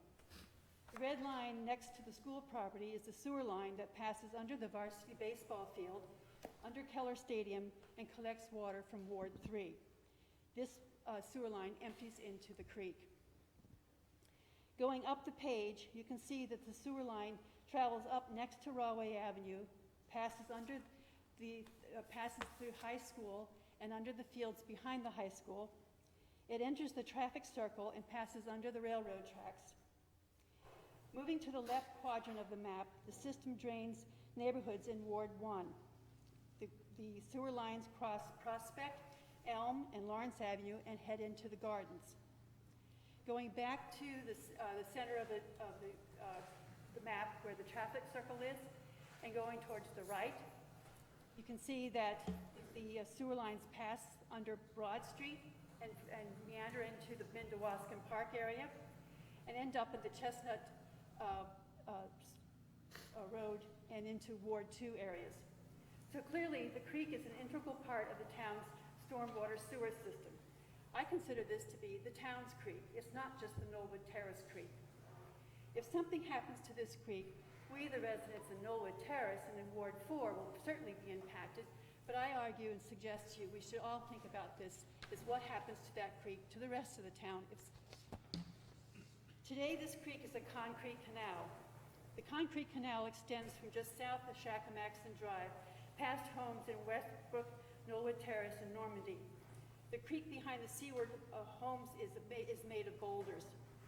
The stormwater sewer system in Westfield ends in Tamaqua Park, where the creek returns to its natural state. The next stop in the stormwater flow is to the ocean, goes into Clark, New Jersey.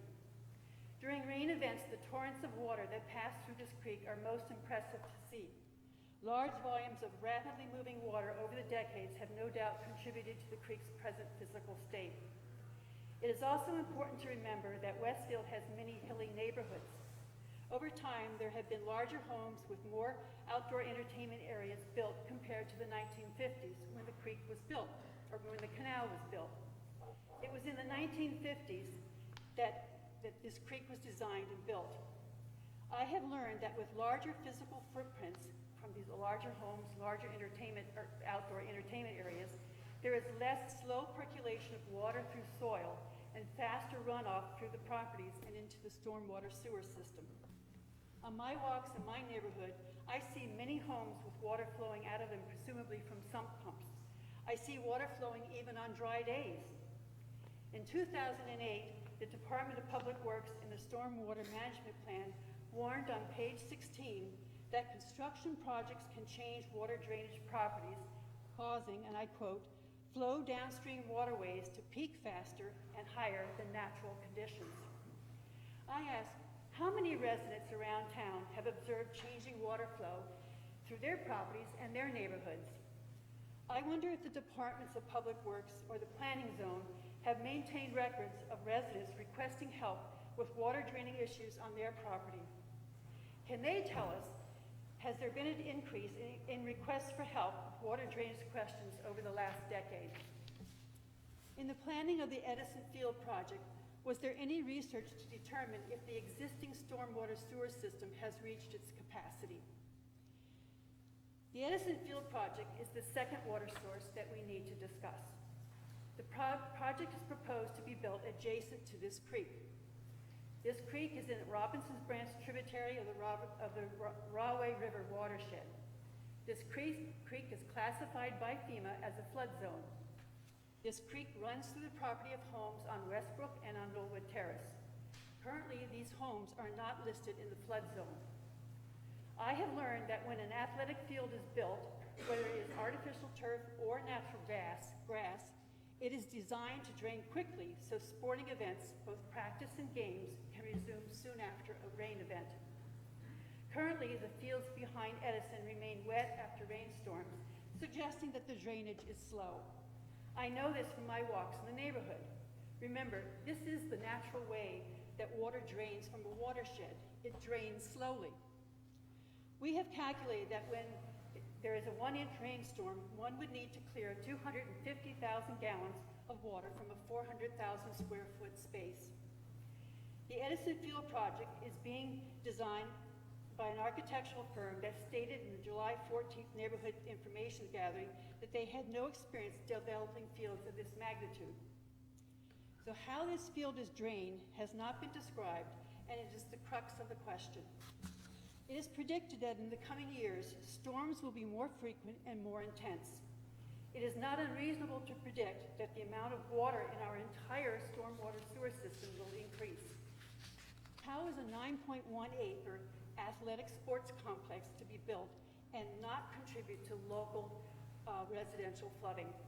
The creek is already handling water effluent from the entire town. I hope you can understand my concern about the potential risk for flooding our neighborhood if the Edison Field project is built. And I'm glad to hear that it is being studied and we will hear about new designs. I look forward to the meeting. I hope with your new knowledge that you have learned listening to the neighbors' concerns at the meeting on July 14th and the July 21st meeting, that you will take all of our concerns into consideration. And we have been assured that the plans that we have heard are conceptual only, and that it seems like things are moving forward and we have new things to hear about in September. I believe our children and residents deserve safe and clean outdoor spaces for sports and recreation. I will support this. And I thank you, Mayor and council members, and I look forward to seeing you in the middle of September. Thank you.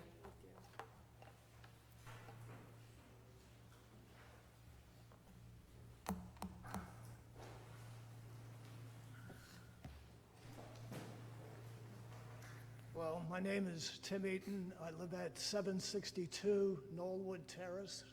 Mayor Brindle and the Town Council, thank you for having me. Thank you. My wife and I have lived on Knollwood Terrace in Westfield for 34 years. Knollwood Terrace and the surrounding neighborhood is a great place to live, providing a quiet, peaceful, safe, and beautiful environment.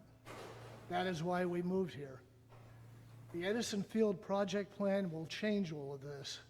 We and our neighbors are very concerned about the changes proposed, which will impact our safety, health, environment, and quality of life. 4 items to talk about. The 400,000 square foot artificial turf will generate safety environmental concerns. Natural grass fields are safer and preserve the green environment. Number two, the increased noise levels coupled with towering lights at night will compromise indoor and outdoor activities within the neighborhood, impacting our quality of life and mental health. Increased water levels and flooding will result from the runoff into the creek adjacent to the field. Chemicals from the field will pollute the drinking water. Wildlife will be negatively impacted. Parking and traffic will increase on Knollwood Terrace and other streets. There is a lack of adequate parking on school grounds. At the bend at Knollwood Terrace, there is an asphalt path providing access to the Edison field. This will lead to more traffic and turn Knollwood Terrace into a 200-yard parking lot. There will be less room for walks, bike rides, and other activities. Safety will be compromised. For these reasons, and probably others, we are asking you to consider alternatives to the proposed Edison project plan. Spreading the increased capacity needed equitably over multiple locations throughout the town is the right thing to do. Other than family, our home/neighborhood is our most important asset. Please do not take away this great neighborhood of ours with this Edison Field project. The impact on health, safety, environment, and quality of life is very concerning. It does sadden me deeply. It should not happen in this great town of Westfield. Using multiple locations with grass fields is the right answer. Thank you for listening. Thank you.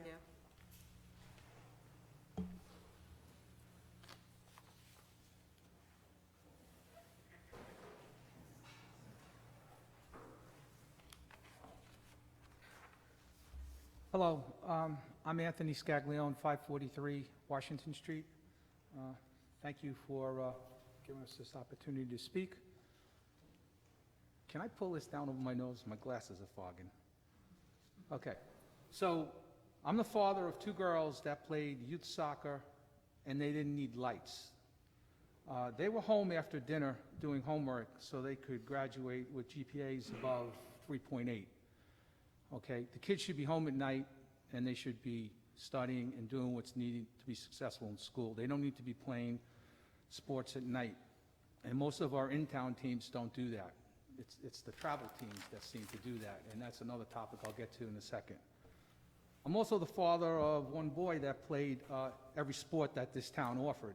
Played soccer, hockey, lacrosse, baseball, and football. Well, football was the gem for him. He committed to a first-class college, and he played football there. He didn't need lights. So for 22 years that I've lived here, residents have said no to lights 3 times. Twice at Keller, and once at the high school, where the whole town voted it down. Granted, those were Board of Ed situations going on. Now that the town and the town council and the mayor are involved. So what I'm trying to understand, if this governing body and the Rec Commission is looking for public input, which happened the last 2 meetings and now is happening in this meeting and getting on the record, why was the 22 years of opposition to lights at Fields in Town ignored? It kind of makes us wonder how this proposal was even put forth with the lights.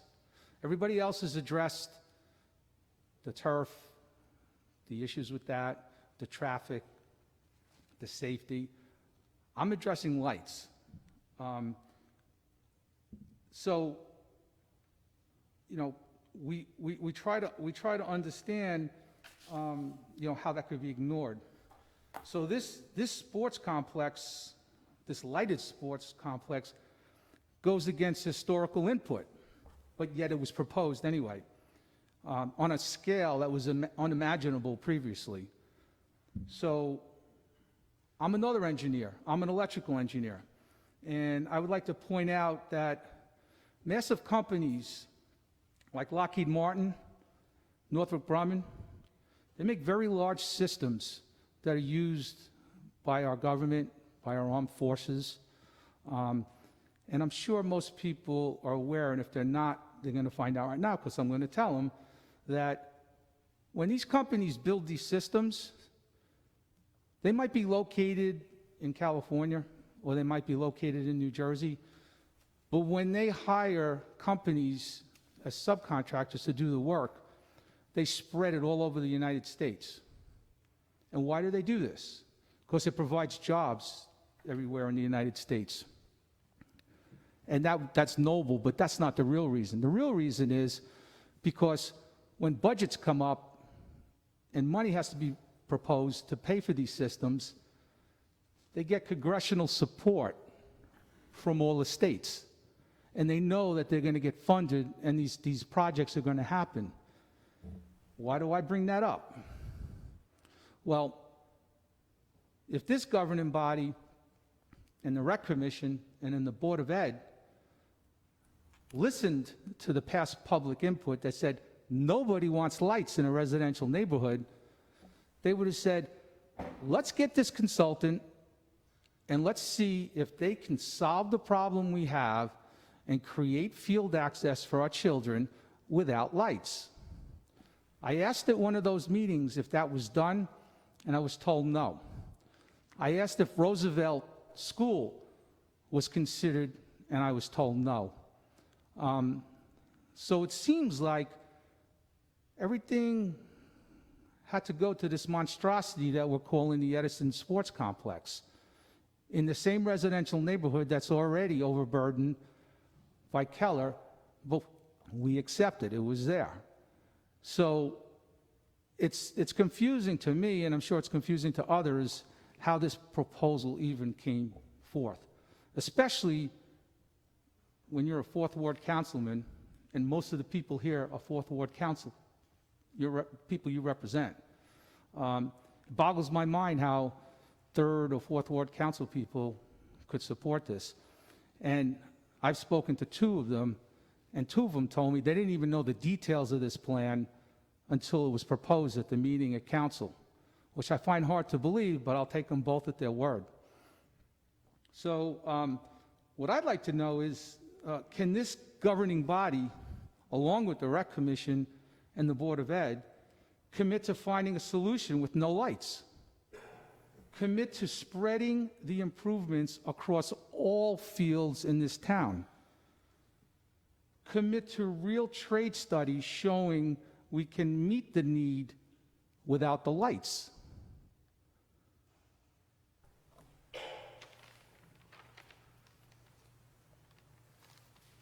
Another thing is, I'm not sure which sports teams we're trying to meet the needs for. We have in-town teams, we have travel teams. So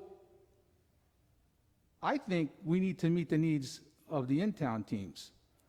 The travel teams and their families travel all over the East Coast, sometimes even further, to play in these tournaments all year round. They have no problem traveling all over the place, staying overnight in hotels. But yet, I'm hearing that they have a problem to drive 20 minutes to the bordering town that has fields away from residential neighborhoods that are lighted. That's not acceptable. If you can travel all over the East Coast to play tournaments, you could travel 20 minutes to a neighboring town that has lights in a non-residential neighborhood. So what I'm hoping is that, I guess there's no question and answers here, I'm hoping after the public session is closed that you address the intent to really try and solve this problem with no lights. Because no residential neighborhood deserves the traffic at night, the whistles blowing at night, the coaches screaming at the kids at night, and then all the noise that comes with the cars coming in to drop off and the cars leaving to pick the kids up. It's just not acceptable in a residential neighborhood, and I would really like an explanation how this project even came forth, knowing the history of opposition to lights in the town of Westfield in residential neighborhoods. Thank you. Thank you.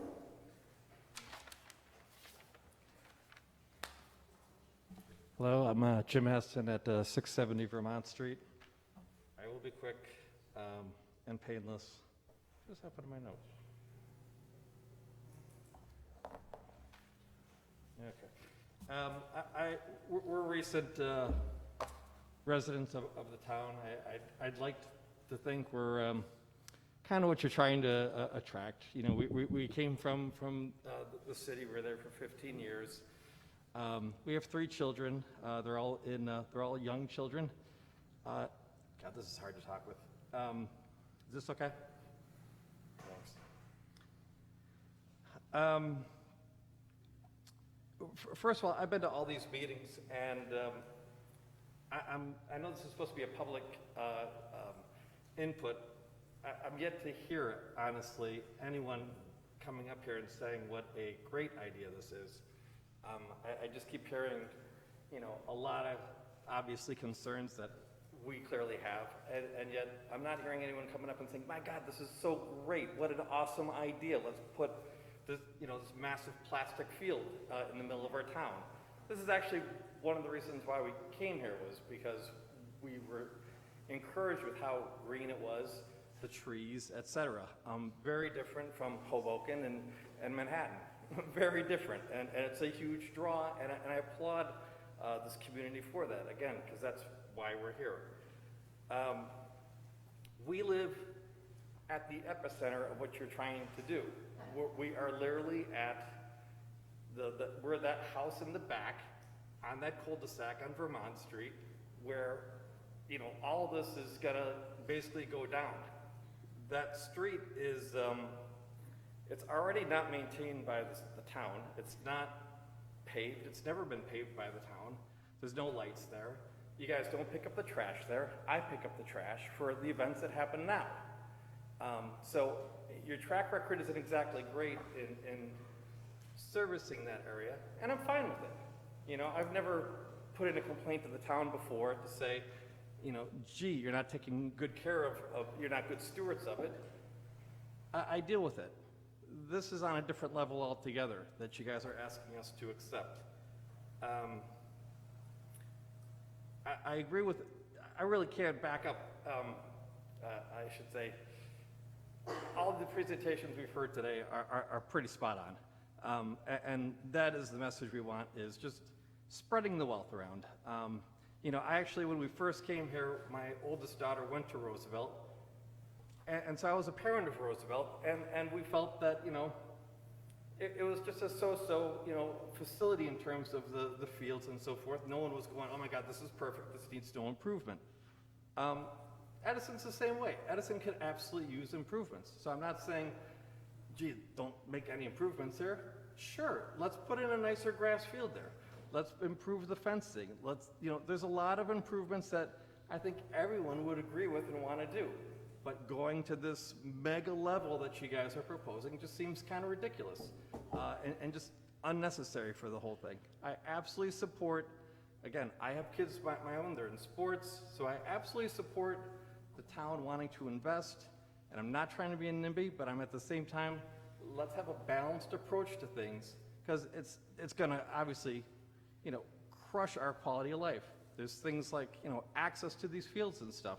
We all enjoy that right now. We all enjoy the deer, you know, and the little foxes and everything else. I mean, that's great. We actually have a little bit of wildlife. It's cool. What's going to happen when this goes? Are we even going to have access to these fields anymore? Is it going to all be cordoned off because it's now turf and it's got to be protected? And there's, you know, it's just, none of this has been upfront and transparent. And obviously, there's just a great concern of, again, I think the residents that you're trying to draw into the town. So I don't have the history that everyone else does, the 20, 30 years. I guess we're kind of the new generation of folks coming into here, and it's pretty upsetting to see, to be honest. So thank you for the time. Thank you.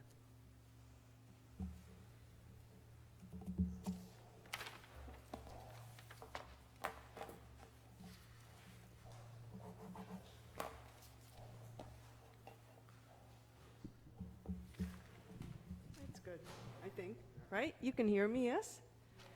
Good evening, I'm Joyce Fartukian. I live on 9 Doris Parkway. So we've heard many considerations and concerns and some possible alternatives to the proposed Edison Field project tonight. I'd like to make some closing statements about the points that were made. About the unmet needs of the survey as well as other town unmet needs. The statistically valid male survey in the park's master plan identified several needs that were higher priority than synthetic turf fields. Yet this project is getting disproportionate attention and funding. Walking, hiking, and biking trails, nature areas, parks, and better restroom facilities were the top priorities, not plastic grass fields with lights. When and how will these high priority items be addressed? The assessment of service level across Westfield indicated low levels of service in much of the north side of the town. Why are fields not proposed there to balance the service levels and avoid congestion, traffic, and safety issues all in one area? Demographic trends indicate that the senior population is increasing while the youth population is decreasing.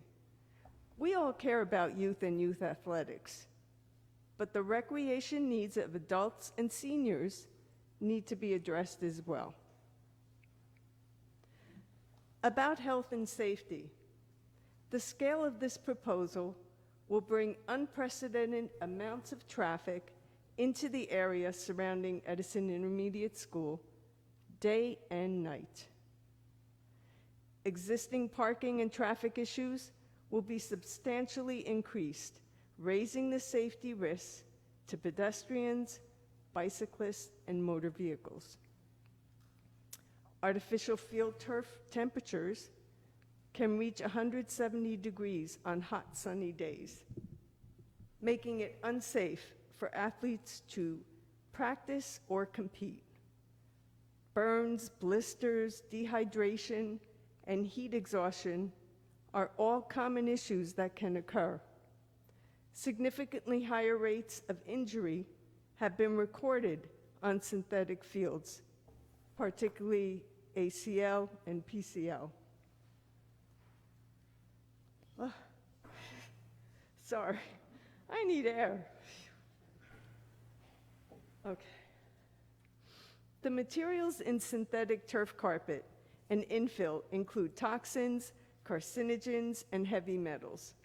The synthetic turf industry is not regulated by the government, and they can, and they do, make misleading statements regarding the health risks of these materials. There's no conclusive proof that these materials are safe. A primary role of government is to maintain the health and safety of its citizens.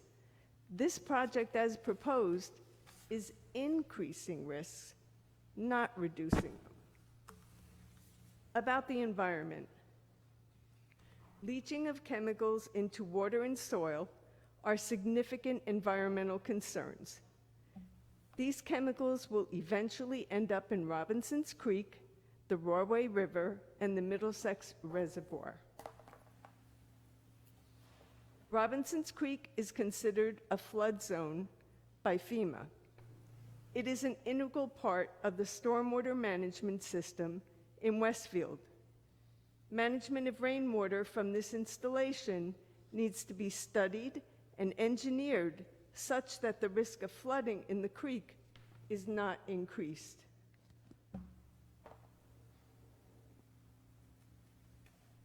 Sustainable Jersey considers synthetic fields to be heat islands, which are dangerous for players, but also contribute to global warming.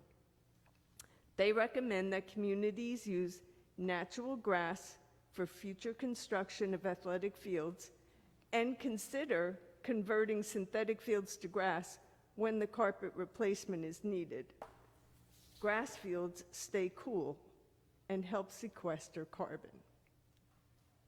Several local, state, and national governments are placing moratoriums or bans on crumb rubber and/or synthetic fields due to these growing health, safety, and environmental concerns.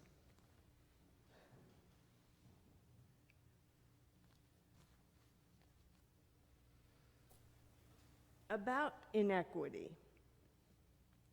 For the next 30 years, all the students at Edison Intermediate School will be deprived of green space for gym and recess if this proposal moves forward, while the Roosevelt School students will enjoy co-location with Clark Memorial Park. Now, how is that equitable?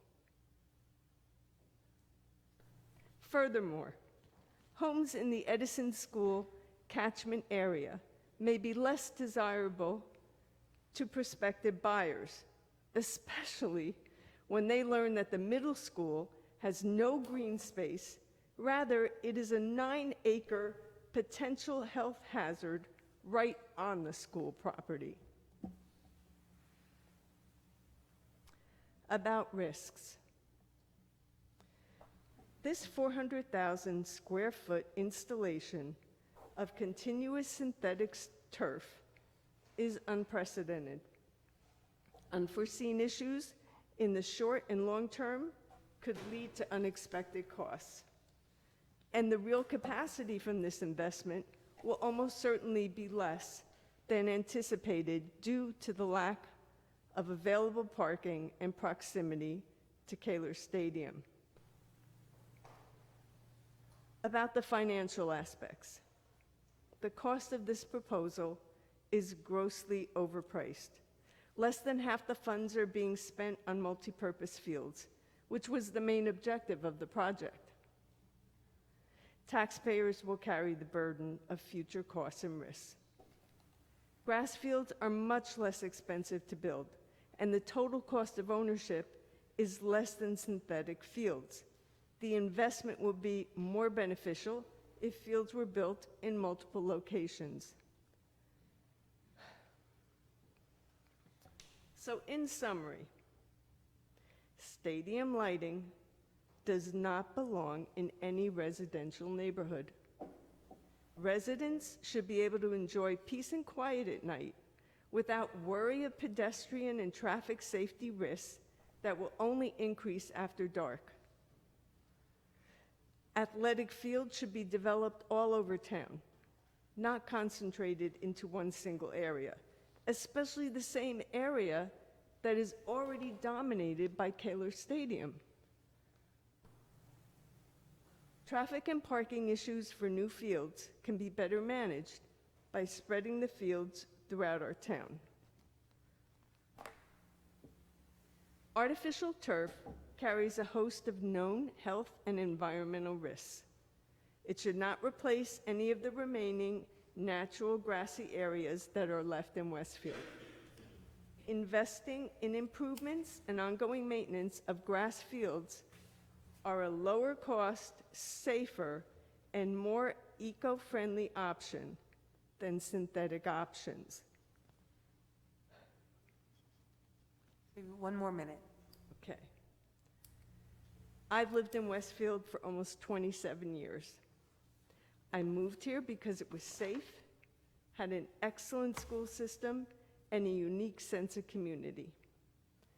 I've raised my son here, and when he soon finishes up at university, I know he wants to come back to his hometown, to his neighborhood.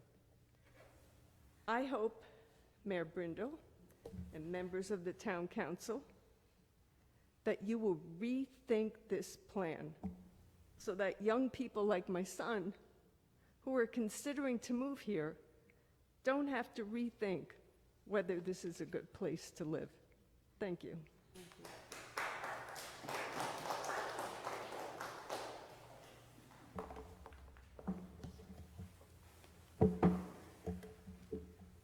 else?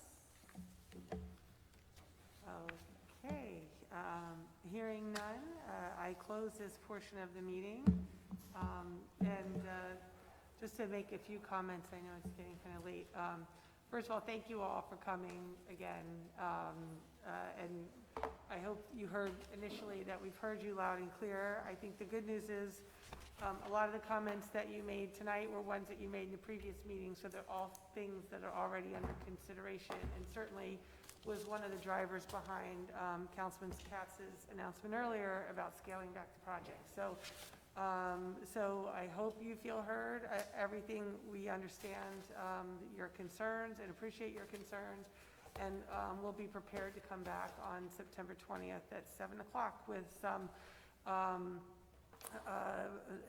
hopefully a lot of answers to the questions you raised today, some context for some of the information decisions that have been made, and hopefully with your input. And as I said, I know there's an advisory meeting, I think, a neighborhood advisory council meeting happening in the next week or so, which I think is also going to be a good forum for us to work together. But please know that that we've been heard. I did just want to mention a few things, just to clarify a few things. I know you guys brought up the survey a lot. And just to be clear, when Branstad or Carroll provided that information, the reason they did the mail survey is because they knew that would be the statistically valid one. We knew that. And they also said that the other stuff you get is more about a level of enthusiasm, but we knew that the real valid information. They also said by nature of fields, which also appeals to a certain age group, people of families of kids age, right? It's natural to assume that things like walking trails and biking trails that appeal to much longer periods of age group always rise to the top no matter where you are. So we were aware of that, which is one of the reasons the Rec Commission, who is really driving the process, I know you mentioned about the council, but we are following the lead in the recommendations of the Rec Commission. And it's why when they came back with their 10 priorities, Edison was just one. Edison is not happening at the expense of these other things. And so there is a significant plan that you guys have said to make improvements in other areas. And hopefully you've seen them. A new playground at Sycamore, planned new playground at Windsor, upgrades to the Democracy, upgrades to the bathrooms at Tamaqua, and a new pavilion there. Hopefully a parking and bathroom solution at Sidvey Houlihan, and new bubblers to improve the water at Brightwood. So this Edison proposal is not coming at the expense of any of the other priorities that the Rec Commission identified. So I just want everybody to be very clear on that. But hopefully with the reduction in scope that Councilman referenced tonight, I mean, obviously, we have not talked to the Board of Ed yet, and so we need to talk about that to see if it's something that they even want to contemplate.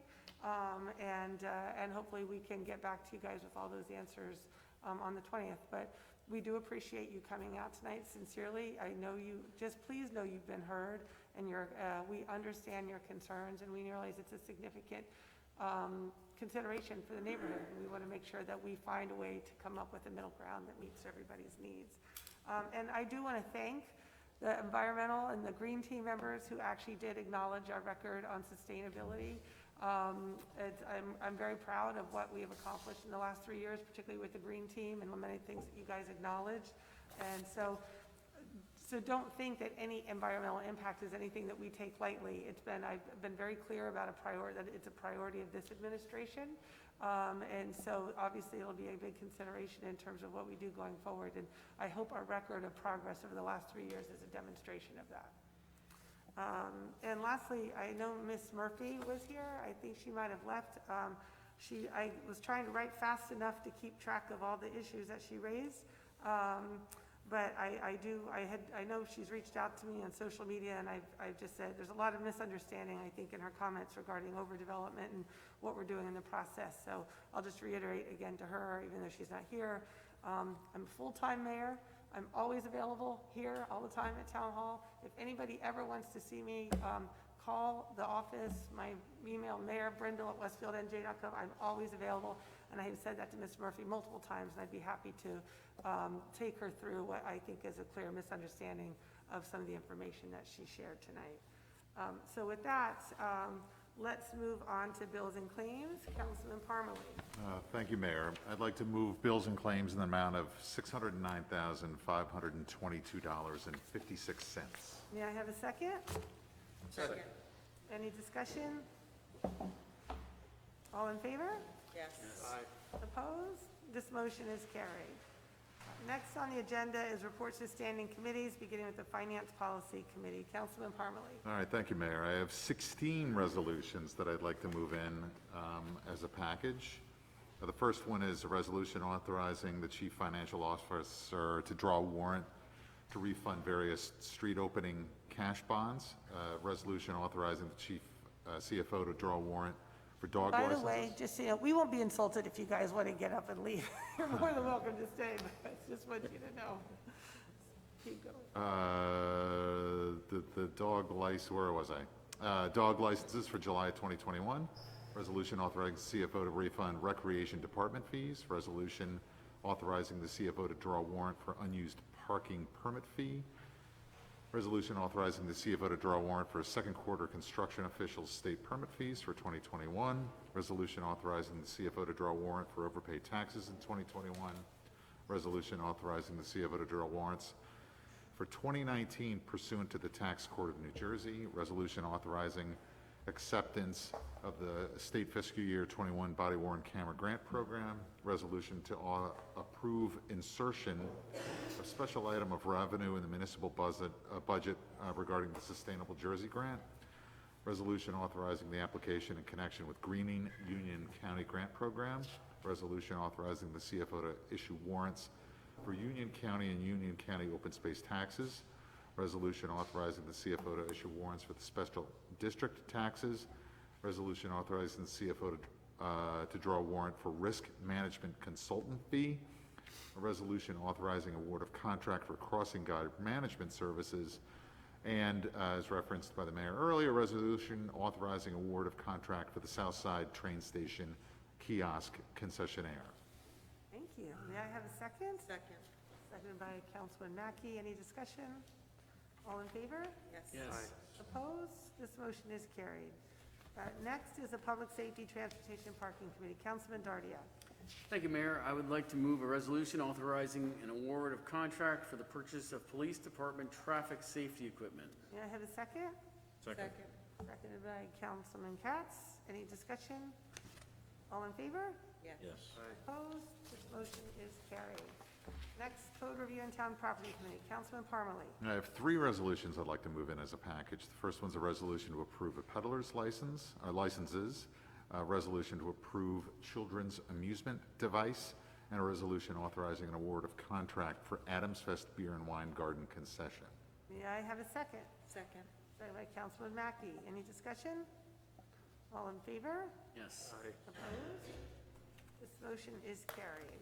Okay, I'd also like to move General Ordinance Number 2221 on first reading, and ordinance rescinding certain provisions of the town code for the town of Westfield. May I have a second? Second. Seconded by Councilman Mackey. Any discussion? Please call the roll. Councilman Parmalee? Yes. Councilman Katz? Yes. Councilwoman Mackey? Yes. Councilman Dardia? Yes. Councilman Boyce? Yes. Mayor Brindle?